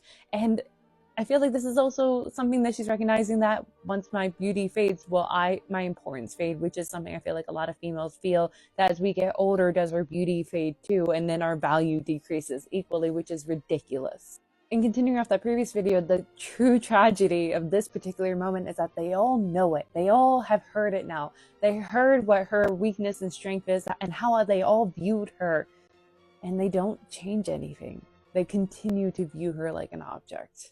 I'm also curious, and I put it in my annotation, I'm just so curious what's going on through James's brain as he's Oliver described him kind of like studying her, like unmasking her, picking her apart. And we learn later that he's never really cared for Meredith. And like part of it is being presented because he's always had a crush on Oliver, and Oliver's always had a crush on Meredith, and kind of she's been in the way between the two of them. But like there's got to be more, and I'm just so curious about it because they're kind of make her out to be like the Helena Troy of the situation. That, like she causes this problem between Richard and James and everyone, and like Oliver and everything. But like there's got to be more of why he has this kind of hatred towards Meredith as it's being presented as the story goes on. Also, now that I really think about it, it really is Helena Troy, and I can thank Maisie Peters' song for making me think of Helena Troy. But yeah, she is the beauty that seemed like she went off with the other person. She was supposed to be with Richard, and it seems like she went off with James when she really didn't. She went off with Oliver, but either way, Richard went off the deep end and started a war with James, and even Meredith stands between James and Oliver. So it's interesting that it's a role that Meredith is being typecasted as in this story, as the Helena Troy. So about a year ago, I reread the book and annotated it. I would hold the book up. I decided this time around I'm going to hold the tiny mic instead of attaching it to my shirt and see if it helps. I don't know. We'll find out. But I had the very first line highlighted in Act 1, Scene 6, and it's, after an hour of interrogating Meredith about her insecurities, of which there were more than I ever would have guessed. I have this great little note to the side that says, probably because he didn't think of her as something more than sexual. And I'm talking about Oliver. Like I think he saw her as kind of like a blow-up doll. Like he didn't think that there was more to her than sexual desire, to have more insecurities and desires and wants than just having sex with men like Richard, James, and himself. I'm sorry. So I was starting to make a video, and I'm refilming. I'm still going to talk about the point where I talked about, but I realized that Oliver said something. I said soda voice, and I'm like, I highlighted it, but I never looked it up, and I just assumed it was a feeder term. And I can assume from like the context of the rest of the sentence that he talked quietly, and I Googled it, and it is a feeder term for talking quietly. And I just laughed to myself, and I was like, what a dick. Like he can't just say, I said it quietly. No, he had to say soda voice, and I probably am pronouncing that wrong. But the point I'm trying to make with this video this clip is that at the very beginning of the scene, we're getting a great example of what it's like to be in Gwendolyn's class, because as the students are leaving going to Frederick's, they're all like kind of not even looking at each other. They're all zombie like ushering to the next class, and Oliver's the first one to break the silence and says that was ruthless. And when James answers him, he whispers again, that's Gwendolyn. Literally, she hollows them out, leaving them empty to then fill with their typecasting, as I said in the previous scene. Oliver describes the difference between Gwendolyn and Frederick's classes. Like Gwendolyn taught the more visceral element of acting, voice and body, heart over head, whereas Frederick taught the intimate particulars of Shakespeare's text, everything from meter to early modern history. Now, I do kind of blame Gwendolyn because she's the easy one to blame, of creating this environment that allowed them to justify their later actions. But in actuality, now that I think about it with this, they're both to blame. Gwendolyn hollowed them out to then fill their typecasting, and so did Frederick. No, like he didn't haul them out, but he did fill the empty space with their typecasting too. Gwendolyn provided the emotions, allowing them to feel the heightened emotion, to kind of act on the heightened emotion, whereas Frederick is providing the justifications.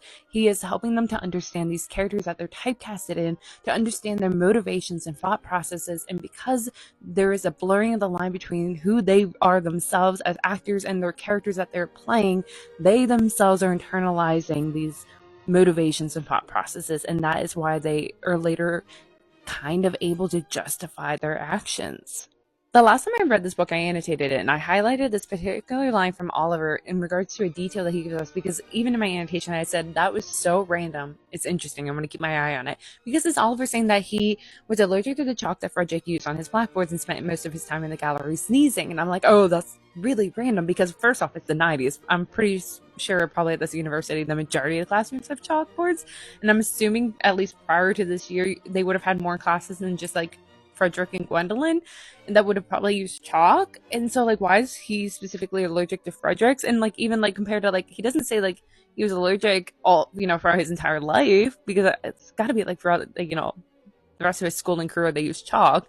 So, like, I feel like it's an interesting detail and it's so random that it has to come up later. Now, I feel like there's got to be something when it comes to the actual crime and the aftermath that I never noticed the last couple times I've read that might be a clue to what actually happened. So, I'm going to keep my eye out on that. So I'm starting to wonder if the particular classrooms that they're having their classes in, especially this fourth year, because apparently it's different. Especially like with Fredericks, they get to be in the galley this time with like love seats and couches and like a round table and chairs. And instead of like how Frederick normally is in a normal classroom for the numerous second and third years as Oliver states, if that is also playing a role in blurring the line between reality and fiction. Because this formatting is more relaxed. It feels less like student teacher. And at this point in time, as I've said previously, there's a blurring of the line between who they are as a person and their typecasting. And so in this environment, it feels less like you're talking about characters in the abstract and almost like you're talking about yourself when you're in Gwendolyn and Frederick's classes. I don't think Oliver realizes that he steadily showed his hand, or at least to me it looks like it, because when Frederick says, "Are you pleased with casting?" James says, "Absolutely." But there was a note of wistfulness in his voice that puzzled me. Who would be disappointed to be playing Brutus? And very subtly is showing his jealousy. And jealousy is a theme in a lot of Shakespeare plays.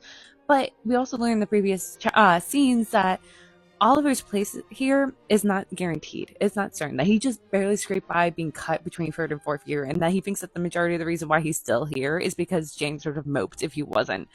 Unlike everyone else, for the most part, like Philippa is a chameleon, so that's why she, even though she doesn't have a typecasting, she has a little bit more of a guarantee of a place there. Everyone else though has a typecasting. By having a typecasting, that means that you have a place, you have a role that you would always be playing. They know who you are. You have a place in the society, in this ecosystem. Oliver is expendable. He can be cut. And we see how that like threatens him, even when like Thanksgiving break and his parents think that he can't come back to school, how much that threatens him because he's placed his entire identity on going to the school and becoming an actor. And yet he doesn't have an identity because he doesn't have a typecasting, and he's a little jealous. And I could see him, if I'm to go along with the theory of maybe Oliver did this, who knows, I could see him being like, if I cut Richard, then James can take Richard's spot, and then I can take James's spot, and I'll have a typecasting finally. I'll finally move up from being the sidekick to the hero. This almost throwaway detail kind of explains a little bit more of the environment that allowed the events that happen almost. And it's such a fine line, because here he's saying that because of the unsupervised residence of the castle and the infamous penchant for overindulgence, the fourth year theater students are generally expected for some kind of kickoff party at the beginning of the year, and that, you know, he thinks that Frederick, Gwendolyn, and the dean are most likely no and gamely pretend not to.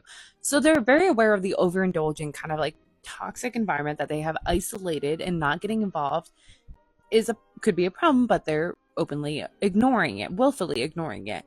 Now, the fine line of this is that this doesn't sound any different than a normal university, especially like American university, where like things like this could happen. It's our first taste of adulthood and freedom, and we're a little bit isolated from, you know, supervision, and there is an overindulgent toxic environment brewing, and things do happen. And so it's this fine line of how much freedom do you give college age students.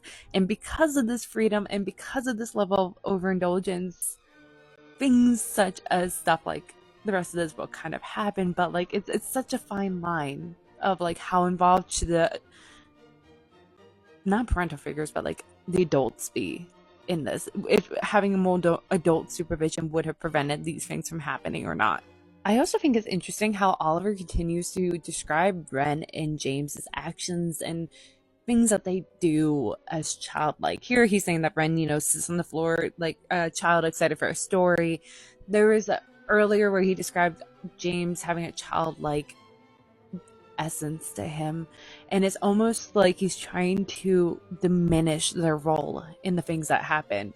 And there's something more, but also like I think it also plays a role in the fact that they play Romeo and Juliet later, which are two children in that play technically.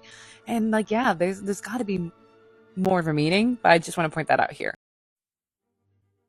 If you've been watching my videos since the very beginning, you know I've been quoting ahead actually to Act 1, Scene 6, and we're finally here. And it's in the course of one paragraph that she's pretty much not only summarizing what to expect in the story and with these characters, but how you should interpret it. And at least how I'm doing my literary analysis. Because in this class with Frederick, he goes, all right, we're studying tragedies. What will our studies encompass?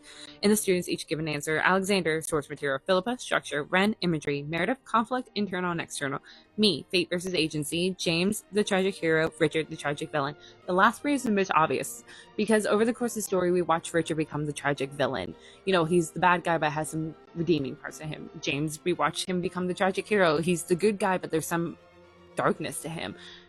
Oliver, I've already started talking about how his whole thing with fate is fate versus agency. This entire story and numerous parts of him, it's him pushing the blame away, putting it on fate, putting on external factors. He is constantly blaming other things. Literally, the quote at the pinnacle of the story, when as they're watching Richard die, he is thinking to himself, despair quote from Hamlet, and that is entirely talking about fate versus agency. But the others too, they play a role, like Meredith, the conflict internal versus external. We're watching, like with all these characters, more specifically Oliver, James, and Richard, how is there really an external factor, or was all the problems coming from internal, like, Richard, having internal issues that didn't exist and then pushing it externally. James internalizing and kind of turning into like a telltale heart, kind of spiraling chaos, like psyche disintegration. I don't know how to describe it. I'm running out of words. And even like Oliver, like, is everything really external? Was it internal? And like him, like the way that he's structuring the story, which goes into, Philippa's suggestion, the way that he structured this story to Colburn as a play is important. And then also looking at the imagery, I'm obviously picking apart, and obviously the source material, which is the Shakespeare plays, because they are telling us a lot more than you think on the surface level. Because I'm dissecting this, I'm sitting here thinking, is there a deeper meaning to them having tea? Now, it could just be a little fun detail to add to the atmosphere, add to Frederick as a character. It could be nothing, or it could mean that they're drinking the Kool-Aid. That them having tea being a mandatory thing in Frederick's class could be like them drinking the Kool-Aid, joining a cult ideology, because in cults they isolate you and somehow convince people to alter their level of morality. And we kind of see that here with these students too. What Frederick says here is a red flag to me, and it wasn't any other time, but now because I'm looking at it with a magnifying glass. When he says, I will refrain from telling you to take the tragedies more seriously than the comedies. In fact, one might argue that comedy must be deadly serious to the character, or else it's not funny to the audience. You must take it fully seriously. You must believe in what you're doing, or else it's not funny when it comes to the comedy, but it's the same with the tragedy. You must internalize it so much and believe it with your full heart, or else then it won't be tragic. And I think that's, again, blurring the lines between reality and fiction for these students.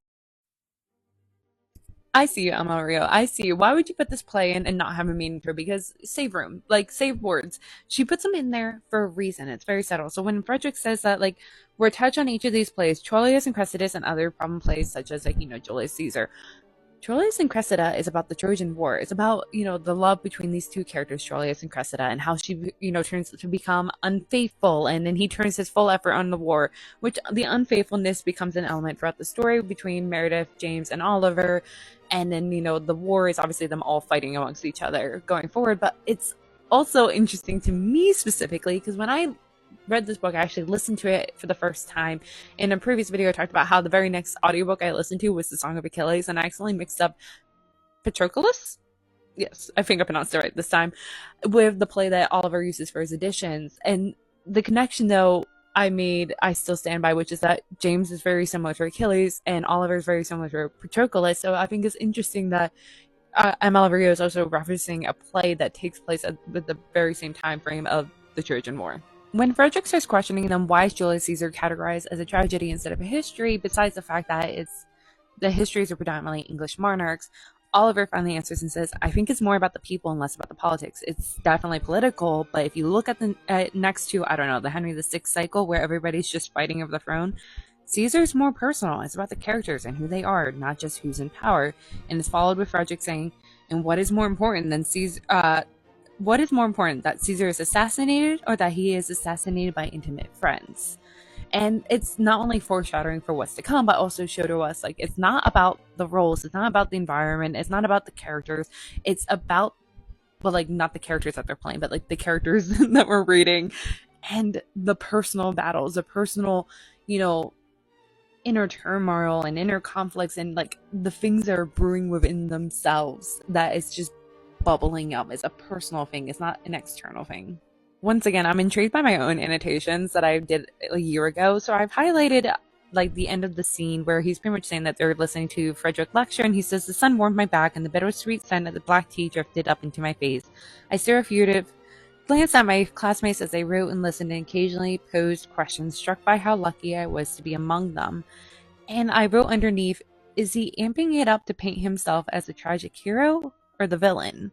And I think that's the same with Oliver. Like, it's not just James and Richard reserved to be in the tragic hero and tragic villain, because Oliver's also equally involved. And I still stand by there's a possibility that Oliver could have done it.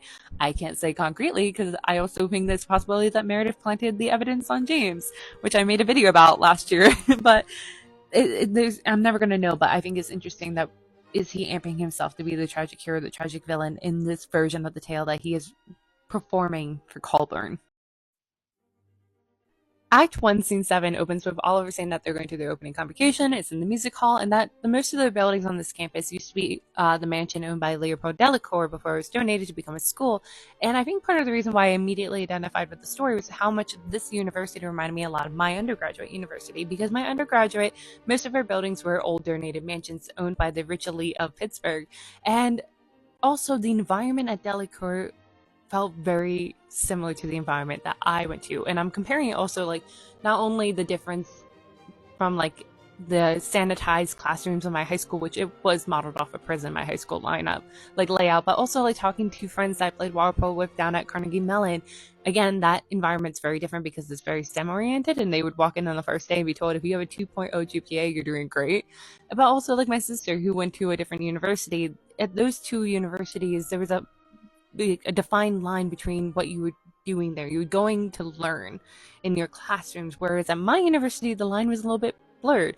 We were more friendly with our teachers. It was more relaxed. And then at the same time, the environment on my campus made us feel like we could do anything. And then the moment we left the bubble of our college campus, even though we were literally in the heart of the city, the moment we rejoined the real world, it was like a culture shock. It felt very different. Now, in part, it was because of the coziness of my campus, even though, again, we were in the heart of the city, and it used to be an all women's college, so we were motivated and told we could do anything, and we were doing anything. We were taking leadership positions, but then you're thrown back in the world where toxic masculinity exists, and all of a sudden it felt very different. And I think that's the same in Delacour, that they're in a bubble, and they're in this very unique bubble, a very unique university, and it kind of, you get lost in it. And we see the culture shock when Oliver has to go back home for breaks, like how you get lost in this bubble, and sometimes you yearn to go back to it because it feels safe. I should really just reattach my tiny mic to my shirt, but it's a little hard with the sweater I'm wearing, and it's going to be interesting trying to read this quote. But I think it's interesting what Oliver says about the other students at the school. He says, the theater students always were the loudest and most likely to laugh, sat behind the instrumental and choral students, who kept mostly to themselves, apparently determined to perpetuate the stereotype that they were the most complacent and least approachable of the seven Delacour discipline. The dancers, a collection of underfed swan-like creatures, sat behind us on the opposite side of the aisle to the studio arts students, easily identified by their unorthodox hairstyles and clothing, perpetually splattered with paint and plaster. The language students, who spoke almost exclusively in Greek and Latin to one another and sometimes to other people. And the philosophy students, who were by far the weirdest but also the most amusing, prone to treating every conversation as a social experiment and tossing up words like hylozoism and compossibility as if they were easily comprehensible as good morning, which, one, little ironic, because him and his friends slowly interchange Shakespeare quotes as if it is a normal thing. But I also like this because it's the way that he is viewing all these other students as their stereotypes goes into the typecasting thing. That the way that Oliver's formatting this tale is within typecasting, and that it makes me start to wonder if he loses the nuances to people, that if they do something that doesn't fit within their typecasting, is he cutting it from his narration of the tale? Because once again, reminder, this is a play that he is performing for Colburn. So this is random, but actually maybe not, because it goes back into like my university's environment, mirroring kind of the environment at Delacorte. But here Oliver's saying that they wore their Delacorte blue because no one was going to call it peacock. And it reminded me a lot of like my university. We had class colors, so like you could be red, yellow, green, or what my class color, which was rose, because no one was going to call it pink. So Oliver describes that the motto at Delacorte is "Per aspera ad astra." I probably pronounced that wrong. I'm not very good at Latin. However, he says, I've heard a variety of translations, but the one I liked best was "through the forms to the stars." And that's kind of setting up the tone of this environment and the expectations and why a lot of these students put up with what they do and like why things happen that they do, because it's pretty much saying that you're going to go through the forms. You're going to go through some really tough things that are going to tear you apart, rip you to shreds. But if you can survive all 4 years, every door will be open to you. You will be in the stars after that. And that's why it's so important to Oliver and the others to survive this. And they put up with so much. Also, going back into what I said in the previous scene, here Oliver describes Frederick and Gwendolyn perched side by side like an old married couple, conversing quietly with their neighbors. Once again, it's kind of like he's viewing them as their parents. And as their parents, they're guiding and shaping these students to enter the real world. But again, as I said in the previous one, they're not the best parents. Gwendolyn tries to act like the fun one. And they're kind of like, and Frederick's a little bit of an absentee, so their guidance is not great. But I think they're trying their best, but there obviously is flaws, but it's the same with any parent. Any parent might try their best, but there might always be some flaws.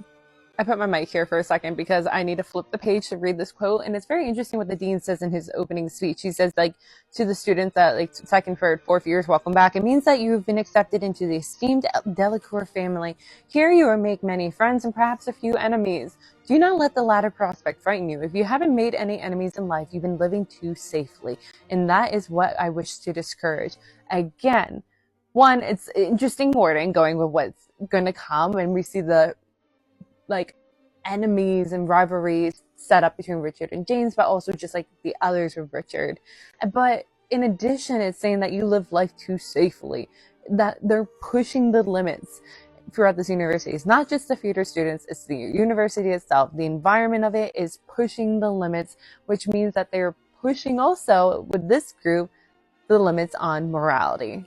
The dean also says in the rest of his speech that to adjust to match your enormous potential, we expect you to be dedicated, we expect you to be determined, we expect you to dazzle us, and we do not like to be disappointed, which is setting the stakes and the expectations and the tone of this environment, that even though there's no one standing directly behind these students constantly pressuring them, it's kind of in the air that they're breathing. It's pressing down on them constantly, even if they're not aware of it, which is leading to some of the choices and decisions they make. Take, for example, the hide and seek movie, that horror film.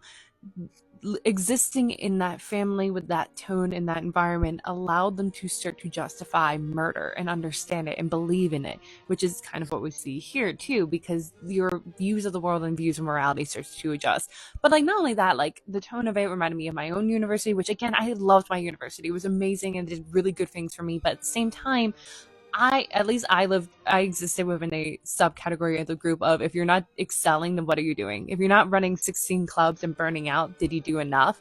Because we're given the opportunity and encouraged to excel, to push our limits, to do so much and become leaders of the world, that a lot of us did burn out and floundered for a period of time. And it's nothing against them, they meant well, but I think it's just the right combination and just the right kind of environment and stuff that it can have the potential of turning toxic.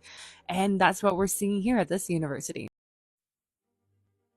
Act 1 Scene 8 opens with Oliver talking about how like classes or nothing too interesting has happened, that except for in Frederick's class they discussed the fine line between homosocial and homoerotic in the infamous tent scene.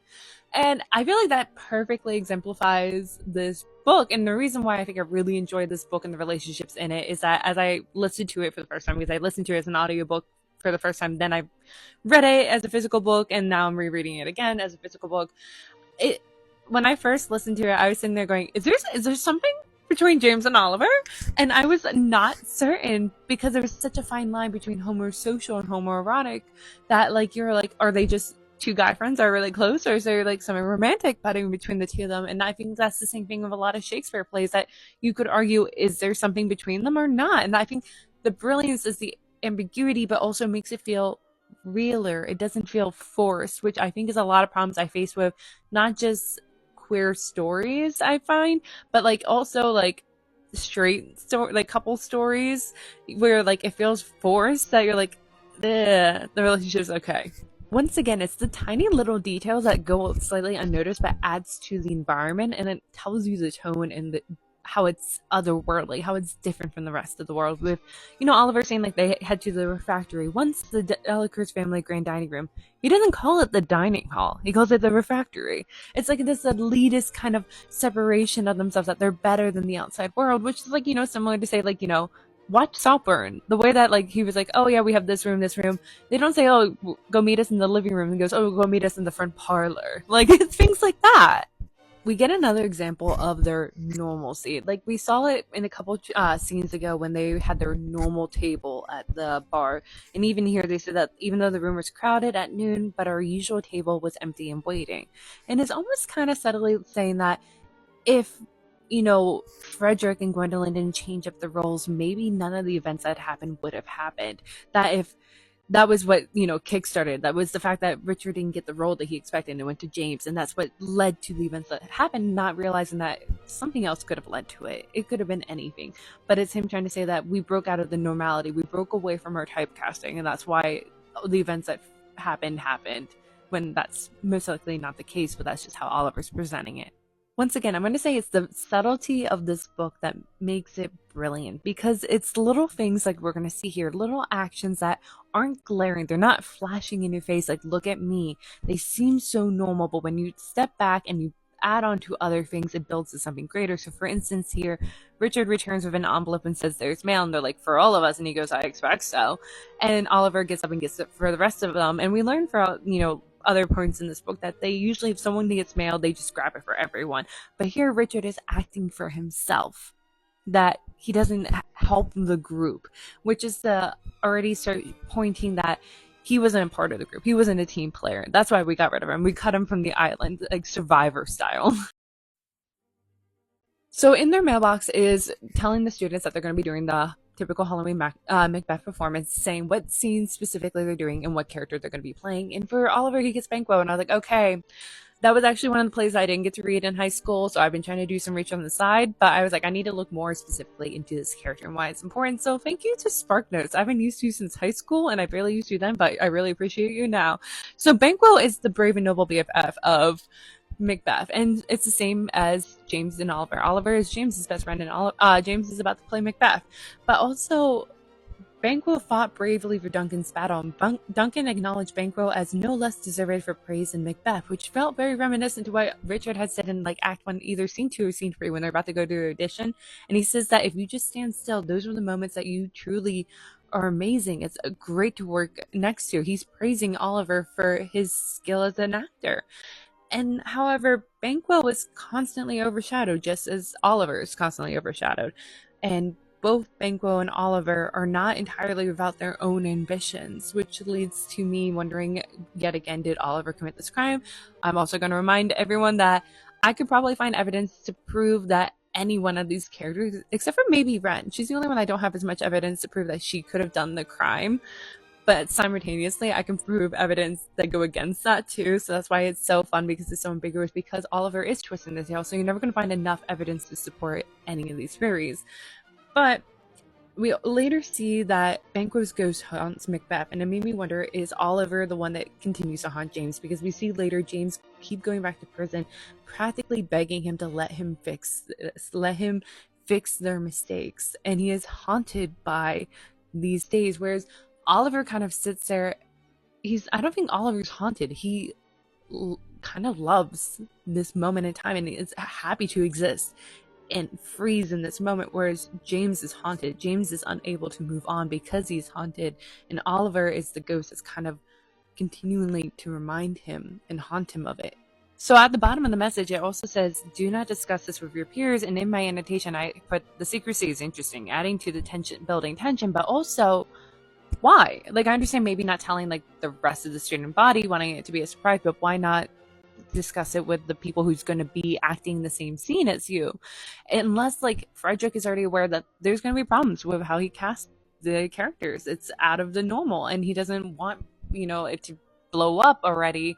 But simultaneously, it kind of plays into how the students act going forward, that they kind of keep a lot of things to themselves, and it builds and it builds and builds until they explode. We see it with James, we see it with Alexander, we see it with all of them, with Ren. They all internalize everything, they keep it to themselves, they don't discuss it, and it just builds until it explodes into something toxic, their mental deterioration, which kind of reflects a gothic story where like it's a steady decline in your mental state, which is why I think gothic stories and dark academias are like close first cousins of each other. I'm especially interested in the girls' reactions because Oliver says he's struggling to read their faces. That Philippa seemed unsurprised, Ren looked excited, Meredith slightly suspicious. And obviously they're going to play the witches because it seems like the two scenes that they're performing, it doesn't have that many female roles, and it's not like Lady Macbeth was in it, so obviously they're going to play the witches. But Meredith's expression is interesting to me because I think it reminded me again of Troilus and Cressida. As I said in my denim videos, Cressida reminded me for a couple of different aspects of Meredith. And part of the thing of Cressida is that she can see the future, but is cursed that no one believes her. So I think Meredith is looking at this, noticing Richard's expression, noticing that James and Oliver exchanging strange looks. Oliver's looking at the envelope to make sure, like, is this correct? So I think she's starting to see the writing on the wall and see the trajectory of this year and that something is up. But Oliver dismisses it. It's a throwaway line in this moment that no one is really acknowledging her suspicions, just like no one acknowledges Cressida's prophecies. The way that Meredith and Ren are portrayed in this scene and how they're exchanging quizzical looks at Richard's abrupt leaving and how they're like, what's wrong with him? He was fine a half an hour ago. Do you think you should go or should I? And Ren says, be my guest. Like, they're in charge of tackling Richard's moods. But if you think about it in the greater play, it really doesn't seem like, except for maybe Philippa, these two specifically, Ren and Meredith, don't really have agency that much. Everything that has to do with them is an extension to how they are to a guy. Their identity and their actions and interactions are an extension of a guy. Whether it is Richard, James, Oliver, Alexander, it's never with each other too much. It's with a guy. And the fact that these two girls are in charge of Richard's moods is interesting. The final paragraph of this scene is very interesting to me because Oliver thinks the envelope felt heavy in my lap. I watched James across the table. He was quiet too, not really listening to the conversation. I looked from him to Meredith to Richard's empty chair and couldn't help feeling that the balance of power had somehow shifted. And it's one showing that it has shifted. We're about to, this is like the inciting incident kind of, but equally it's showing who the main characters are to this play of that Oliver is curating. It is Oliver, Richard, Meredith, and James. I don't know, this might be just me, but I view their relationship with their professors as like Gwendolyn and Frederick are like their parents, but Camilla is kind of like the big cool brother that they kind of look up to, but yet at the same time, they keep secrets from. They don't exactly turn to him when, shit starts hitting the fan. However, it seems like they have a much healthier relationship, even though it's still not quite the definitive professor-student relationship. There's still a blurring of the line between that relationship. Carmelo has a throwaway line, but I think it's very interesting because he says, keep at the weights, but don't kill yourself. Now, it's just like a casual, turn of a phrase. It's just him being like, hey, keep up the work, but don't go overboard. And I think it's so interesting because that's exactly what they do. They go overboard, but that's also the environment of this university, as we saw in the previous two scenes of how intense their expectations are, and so they do go overboard. So I feel like Camilo is that slight voice of reason. It's just that everyone else's voices overpower his, but also it's I don't know, it's just the don't kill yourself stood out because of obviously the events to come. I think there's a reason why ML Rio is taking the time to give us the description of them being weighed by Camilo and telling us their body types. And I think it's telling us, but also, Oliver telling Colburn, but Colburn would have seen, he's met these people. And Richard being described as the Hulk. So it would have been he was so big and so overpowering, he was bigger than life in every aspect. But it seems like Oliver could hold his own. He was lean and mean, quoting Camilo. So I think if you follow into the theory that maybe Oliver did it, yeah, Richard could have overpowered him, but he was drunk that night. So there could have been circumstances where Oliver could have overpowered him. but like Alexander's described as being taller but skinny, and like at the same time, like yeah, definitely Richard could have probably snapped him like a twig, but like I don't know, like there's some of his actions surrounding the death and the afterwards and stuff, like it just makes me think like there's a possibility, so I don't want to dismiss him either. But then he describes James as being the smallest of the boys, barely 5'10", slim but not skinny. There's something almost cat-like about him, a kind of primal agility, which again, it's showing like he could maybe hold his own if there's the right circumstances, but he is also the smallest. So it's almost kind of setting up the future fight between Richard and James that leads to Richard's death, if we were to believe Oliver's version of the tale, that James did it as like a David and Goliath kind of situation. It's also interesting how Oliver takes the time to tell us that like James had this like cat-like aspect to him, that he was like a primal agility, that during their time with Camilla where they had to work on their animal moves, he had him acting like a leopard, and James spent a month prowling about the room in the dark, and at one point scared the shit out of Oliver when he pounced on him. And I think it's Oliver trying to show like even though James was the smallest, he had the capability of sneaking up on Richard potentially and like pushing him in the lake and drowning him and stuff like that, and like hitting him over the head if we were to believe Oliver's version of the tale. But like it's very like Agatha Christie, like where usually we get introduced to this set of potential murderers in the house, and then shown over the course of the book how they each have the capability of committing the crime and also the reason to commit the crime, and that's what we're seeing throughout this book too. Once again, I got a kick out of my own annotations, because here, like, Camilla's like, no, Richard today. Meredith says he's not feeling well, migraine. And I put an annotation, or soaking/stewing, which I think this is, again, like, we're seeing the Jenga blocks starting to be pulled on the tower that is Richard. We're seeing him start to spiral, which is a typical thing in Gothics, which is the spiraling, the deterioration of your psyche, that you're like, your mental stability starts falling apart over the course of the book. And that's why I think Gothics and Dark Academias are close cousins, because we see it also in Dark Academias. In my annotations during this scene, I have on the side, why show us this scene? How is it important when they're learning how to do slaps, how to do backhands? And I think it comes down to the blurring of the line between reality and fiction, that aspect of the story that I'm super intrigued by, which I think it's that they were hovering so close to the line of fake violence that it was just so easy for them to step over into real violence. It was so, the way that they acted, it was so real that it didn't take much to be shoved into it actually being real. Continuing off that previous scene, before Richard died, they were playing Julius Caesar, and they had to perform it, what, like a week, and numerous times? So that's numerous times that they had to pretend to stab Richard. So it probably wasn't too hard to take that step into reality, because they probably mentally, it was like real enough, that it was close enough that when it actually happened, it probably took whoever did it a moment to realize that they fucked up. What Philippa says here is very interesting to me. When Camilla's like, why would we do this move? And she initially says that you have to stand very close, and then says, which makes it almost intimate, and especially jarring, precisely because it's so intimate, which one is a like typical theme in a lot of like stories and plays, which is this like kind of blurring of the line between love and violence. We see it in a lot of Shakespeare plays. I've already talked about it in quite a few of my addendum videos, this like like fine line between love and violence. And we see that here. We see how like there's a love between this group, a very familiar love as it's described by Oliver, but yet they're violent to each other, whether it's emotionally or physically.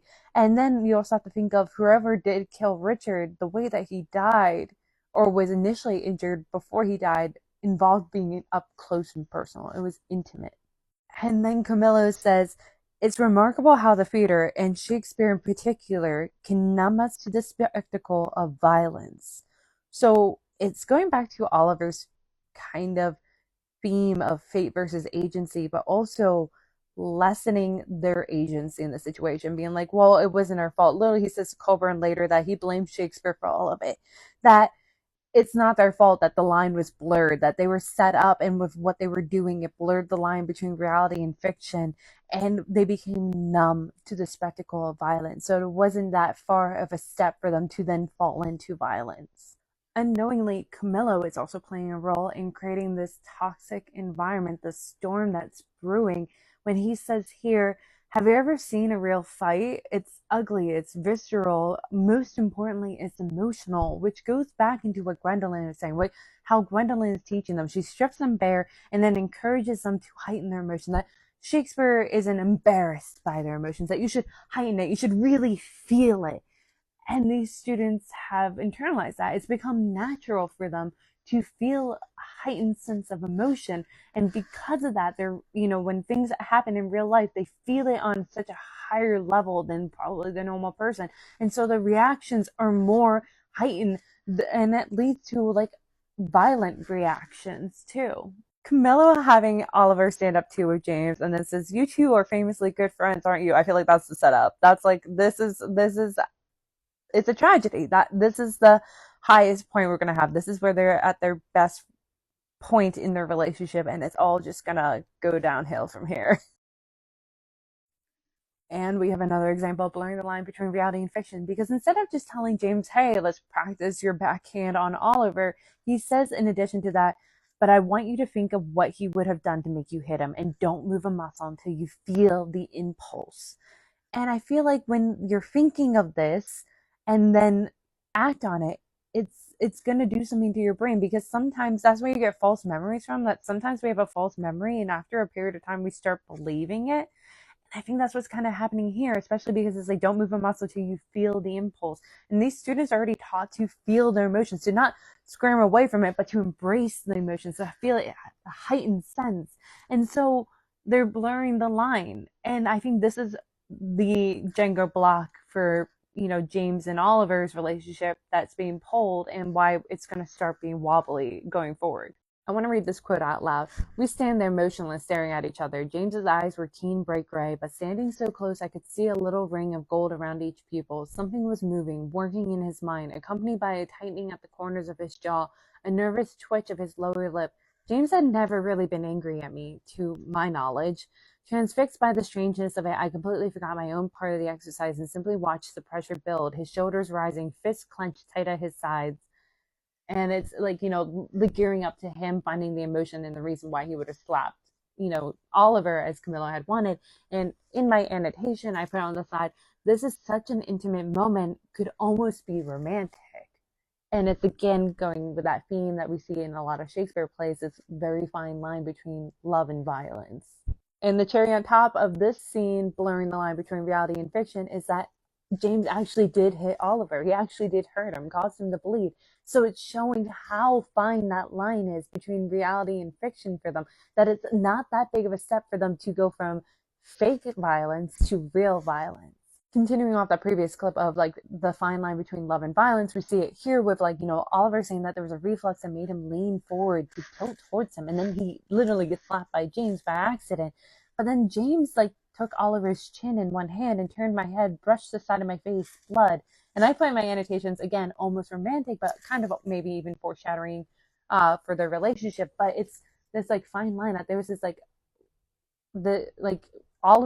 James gearing up to hit him, gearing up towards the violent.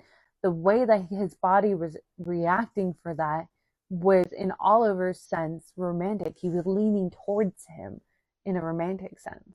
I really like this throwaway line that Oliver has, that like in between him speaking, he says, "James, not forgotten, how could he be, stood watching me with such profound concern." And it's the not forgotten, how could he be? Now, I feel like the others probably could easily forget about James, that they probably do. But for Oliver, he is his son. He orbits him. He is his Achilles. How could anyone forget James?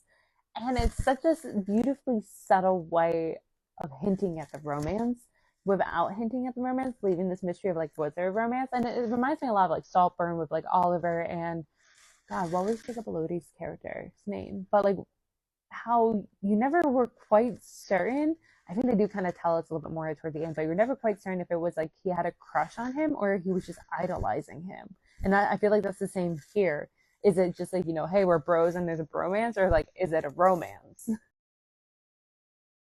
In the beginning of Act 1, Scene 10, Oliver's describing the theater at Delacour, and at one point he describes the chandelier is so impressive that some people seated in the balcony spent more time staring at it than watching whatever play they'd come to see.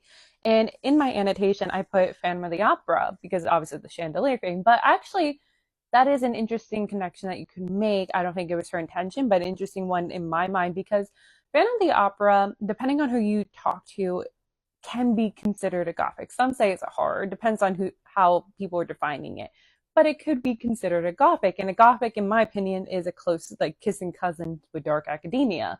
They're very similar in the way that they are like watching someone get more involved and more ingrained in whatever like house they're in or environment that they're in, and slowly their mental psyche starts to deteriorate during the course of the story. That's how I define dark academias and gothics.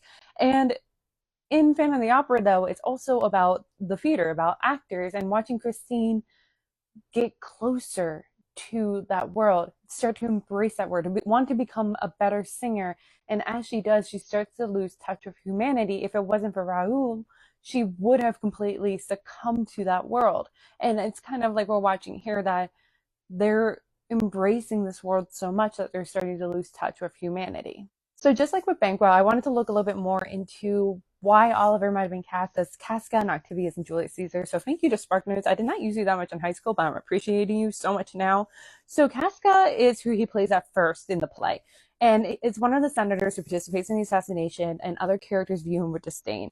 And is considered a foolish man, a follower, not a leader. Now, I don't think that the other characters view Oliver with disdain. It's just that he's not who they think of at first. Like, they kind of forget that he's there, and they're like, oh yeah, you're here. But they like him. It seems like they do. Like, even Richard gives him a compliment a couple of scenes ago. But he definitely is a follower, not a leader. When, like, especially like the first half, but like throughout the book, we see like he follows Alexander's lead that they should retaliate against Richard. He's not someone that vocalizes what they should do when it comes to both Alexander and Richard dying. He doesn't like stand up, and not until someone turns to him and asks his opinion. He's more of a follower. He follows what they want to do. There's more to it. I don't know, but we could pick it apart later, or just put it out there that we should pick it apart more. Moving on to Octavius is who he starts playing by Act 4 in this play, and Octavius is the heir to like the Roman Empire, and that made sense to me because technically Oliver did inherit Richard's empire.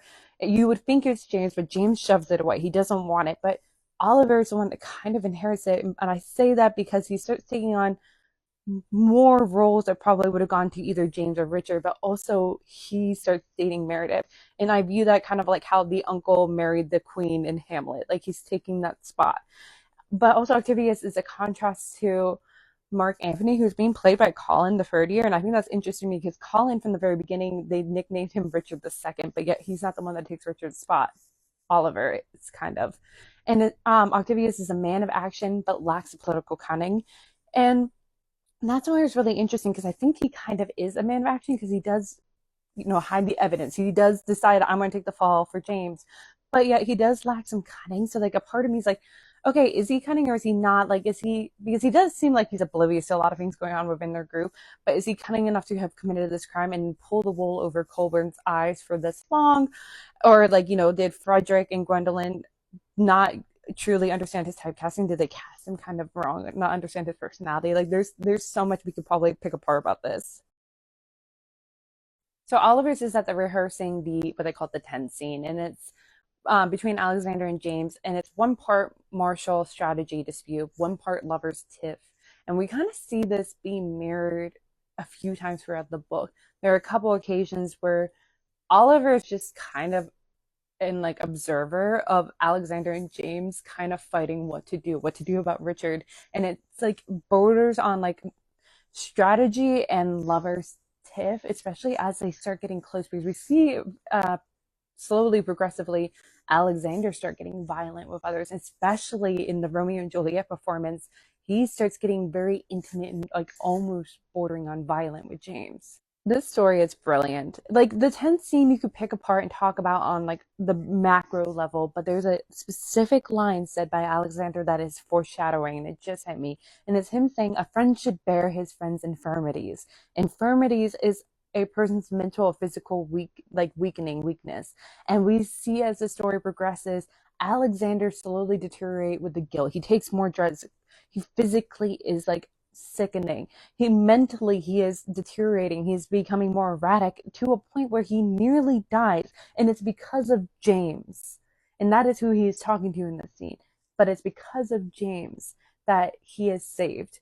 He is the one that steps up and says, no, we're not going to let this happen. We're going to bring him to a hospital. He is a friend that bears his friend's infirmities. Also brilliant about the scene is that while Alexander and James are performing, Richard is waiting in the rings to enter as Caesar's ghost. And that is what's going to happen throughout the story. Is that Richard is always there. He's always in the wings of their lives, haunting them. And we see especially James and Alexander are affected the most. Like Ren kind of is too, but definitely James and Alexander are affected the most with Richard's death. And they show it more. They deteriorate a lot more. What Alexander and James does here is interesting to me. It's Alexander, you love me not. I do not like your faults. A friendly eye could never see such faults. A flatterer's would not, though they do appear as huge as high Olympus. And in my head, I was like picturing Oliver and James, but also how others view. You see from others' actions and interactions with James, I think they like him, but they don't see him in such shining golden light as Oliver does. He does not see James's faults for the longest time because he has a flatterer's eye. And I think like that is such an interesting thing. And like, there's probably more I could pick apart about it, and I just can't figure it out at the top of my head. But that it just is so beautiful, and I think it fits the story very well. How Alexander performs this here is so interesting going forward because he says, like we have Alexander proffered an imaginary blade. We didn't have props yet, and tore the neck of his shirt open. There is my dagger, he exclaimed, and here my naked breast within a heart dearer than Pluto's. No, sorry, Plutus is mine. And it's the ripping of his shirt, the look at this, the like almost violent actions, like how I picture it in my head.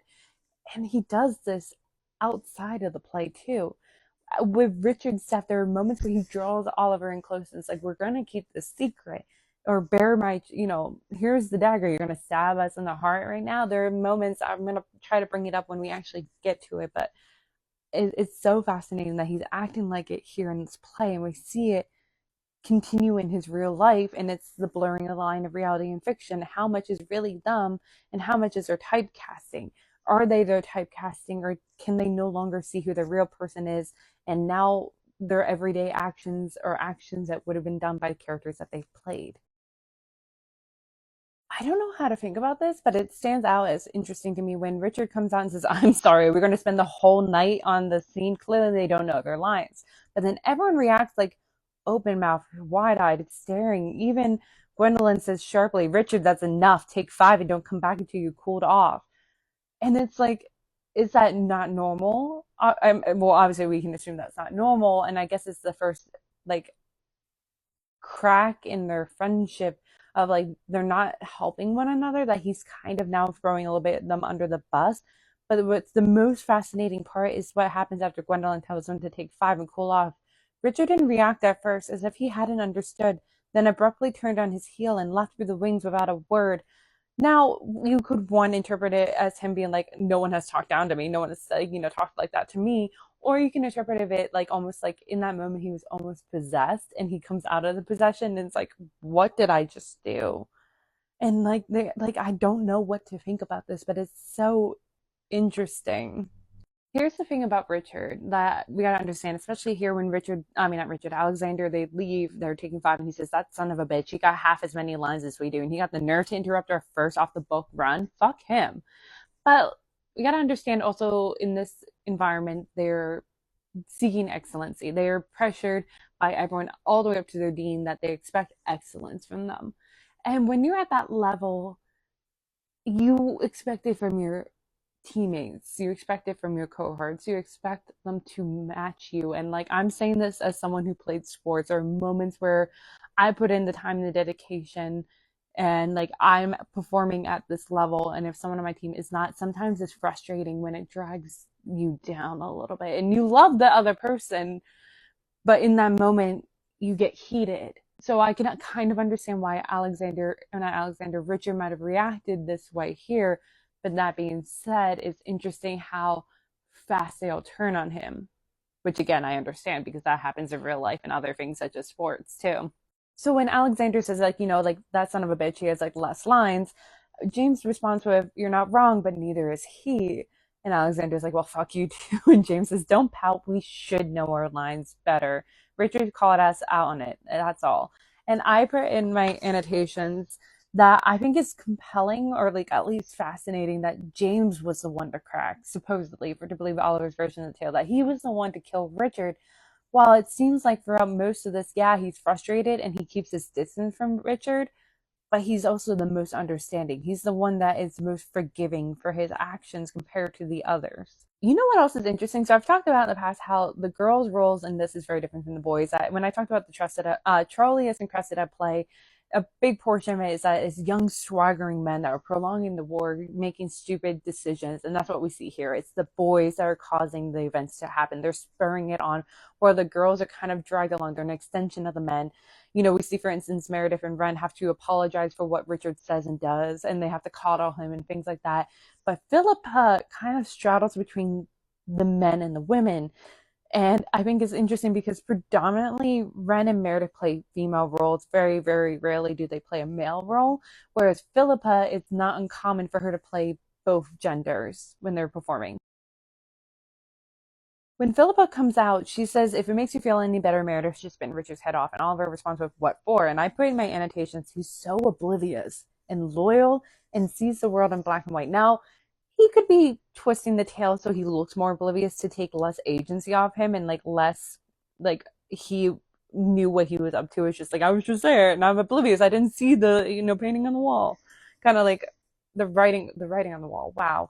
But like, at the same time, like it's interesting. So like a part of me wonders if he truly was that oblivious or if he's just really amping that up. Like what for? Like when Philippa responds with talking about Meredith, just because she's sleeping with him, it doesn't mean she can't see he's being a shithead.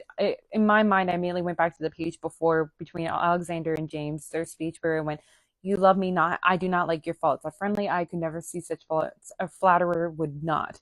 And it's showing here that like Meredith might be sleeping with him and might actually love him to a point, but she has more of a friendly eye. She sees his faults and will call him out on it, whereas Oliver has a flatterer's eyes. He does not see the other's faults and does not call them out on it.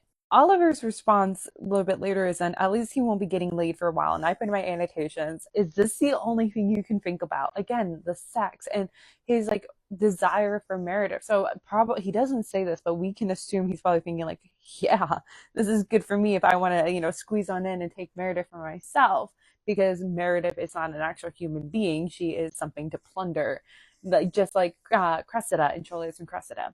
What Alexander says at the end of the scene is interesting to me because he says, so not only is he a jackass, speaking of Richard, shithead, major dick, son of a bitch, but he's already apologized. That's just perfect. Now we can't even stay mad at him. Seriously, fuck him.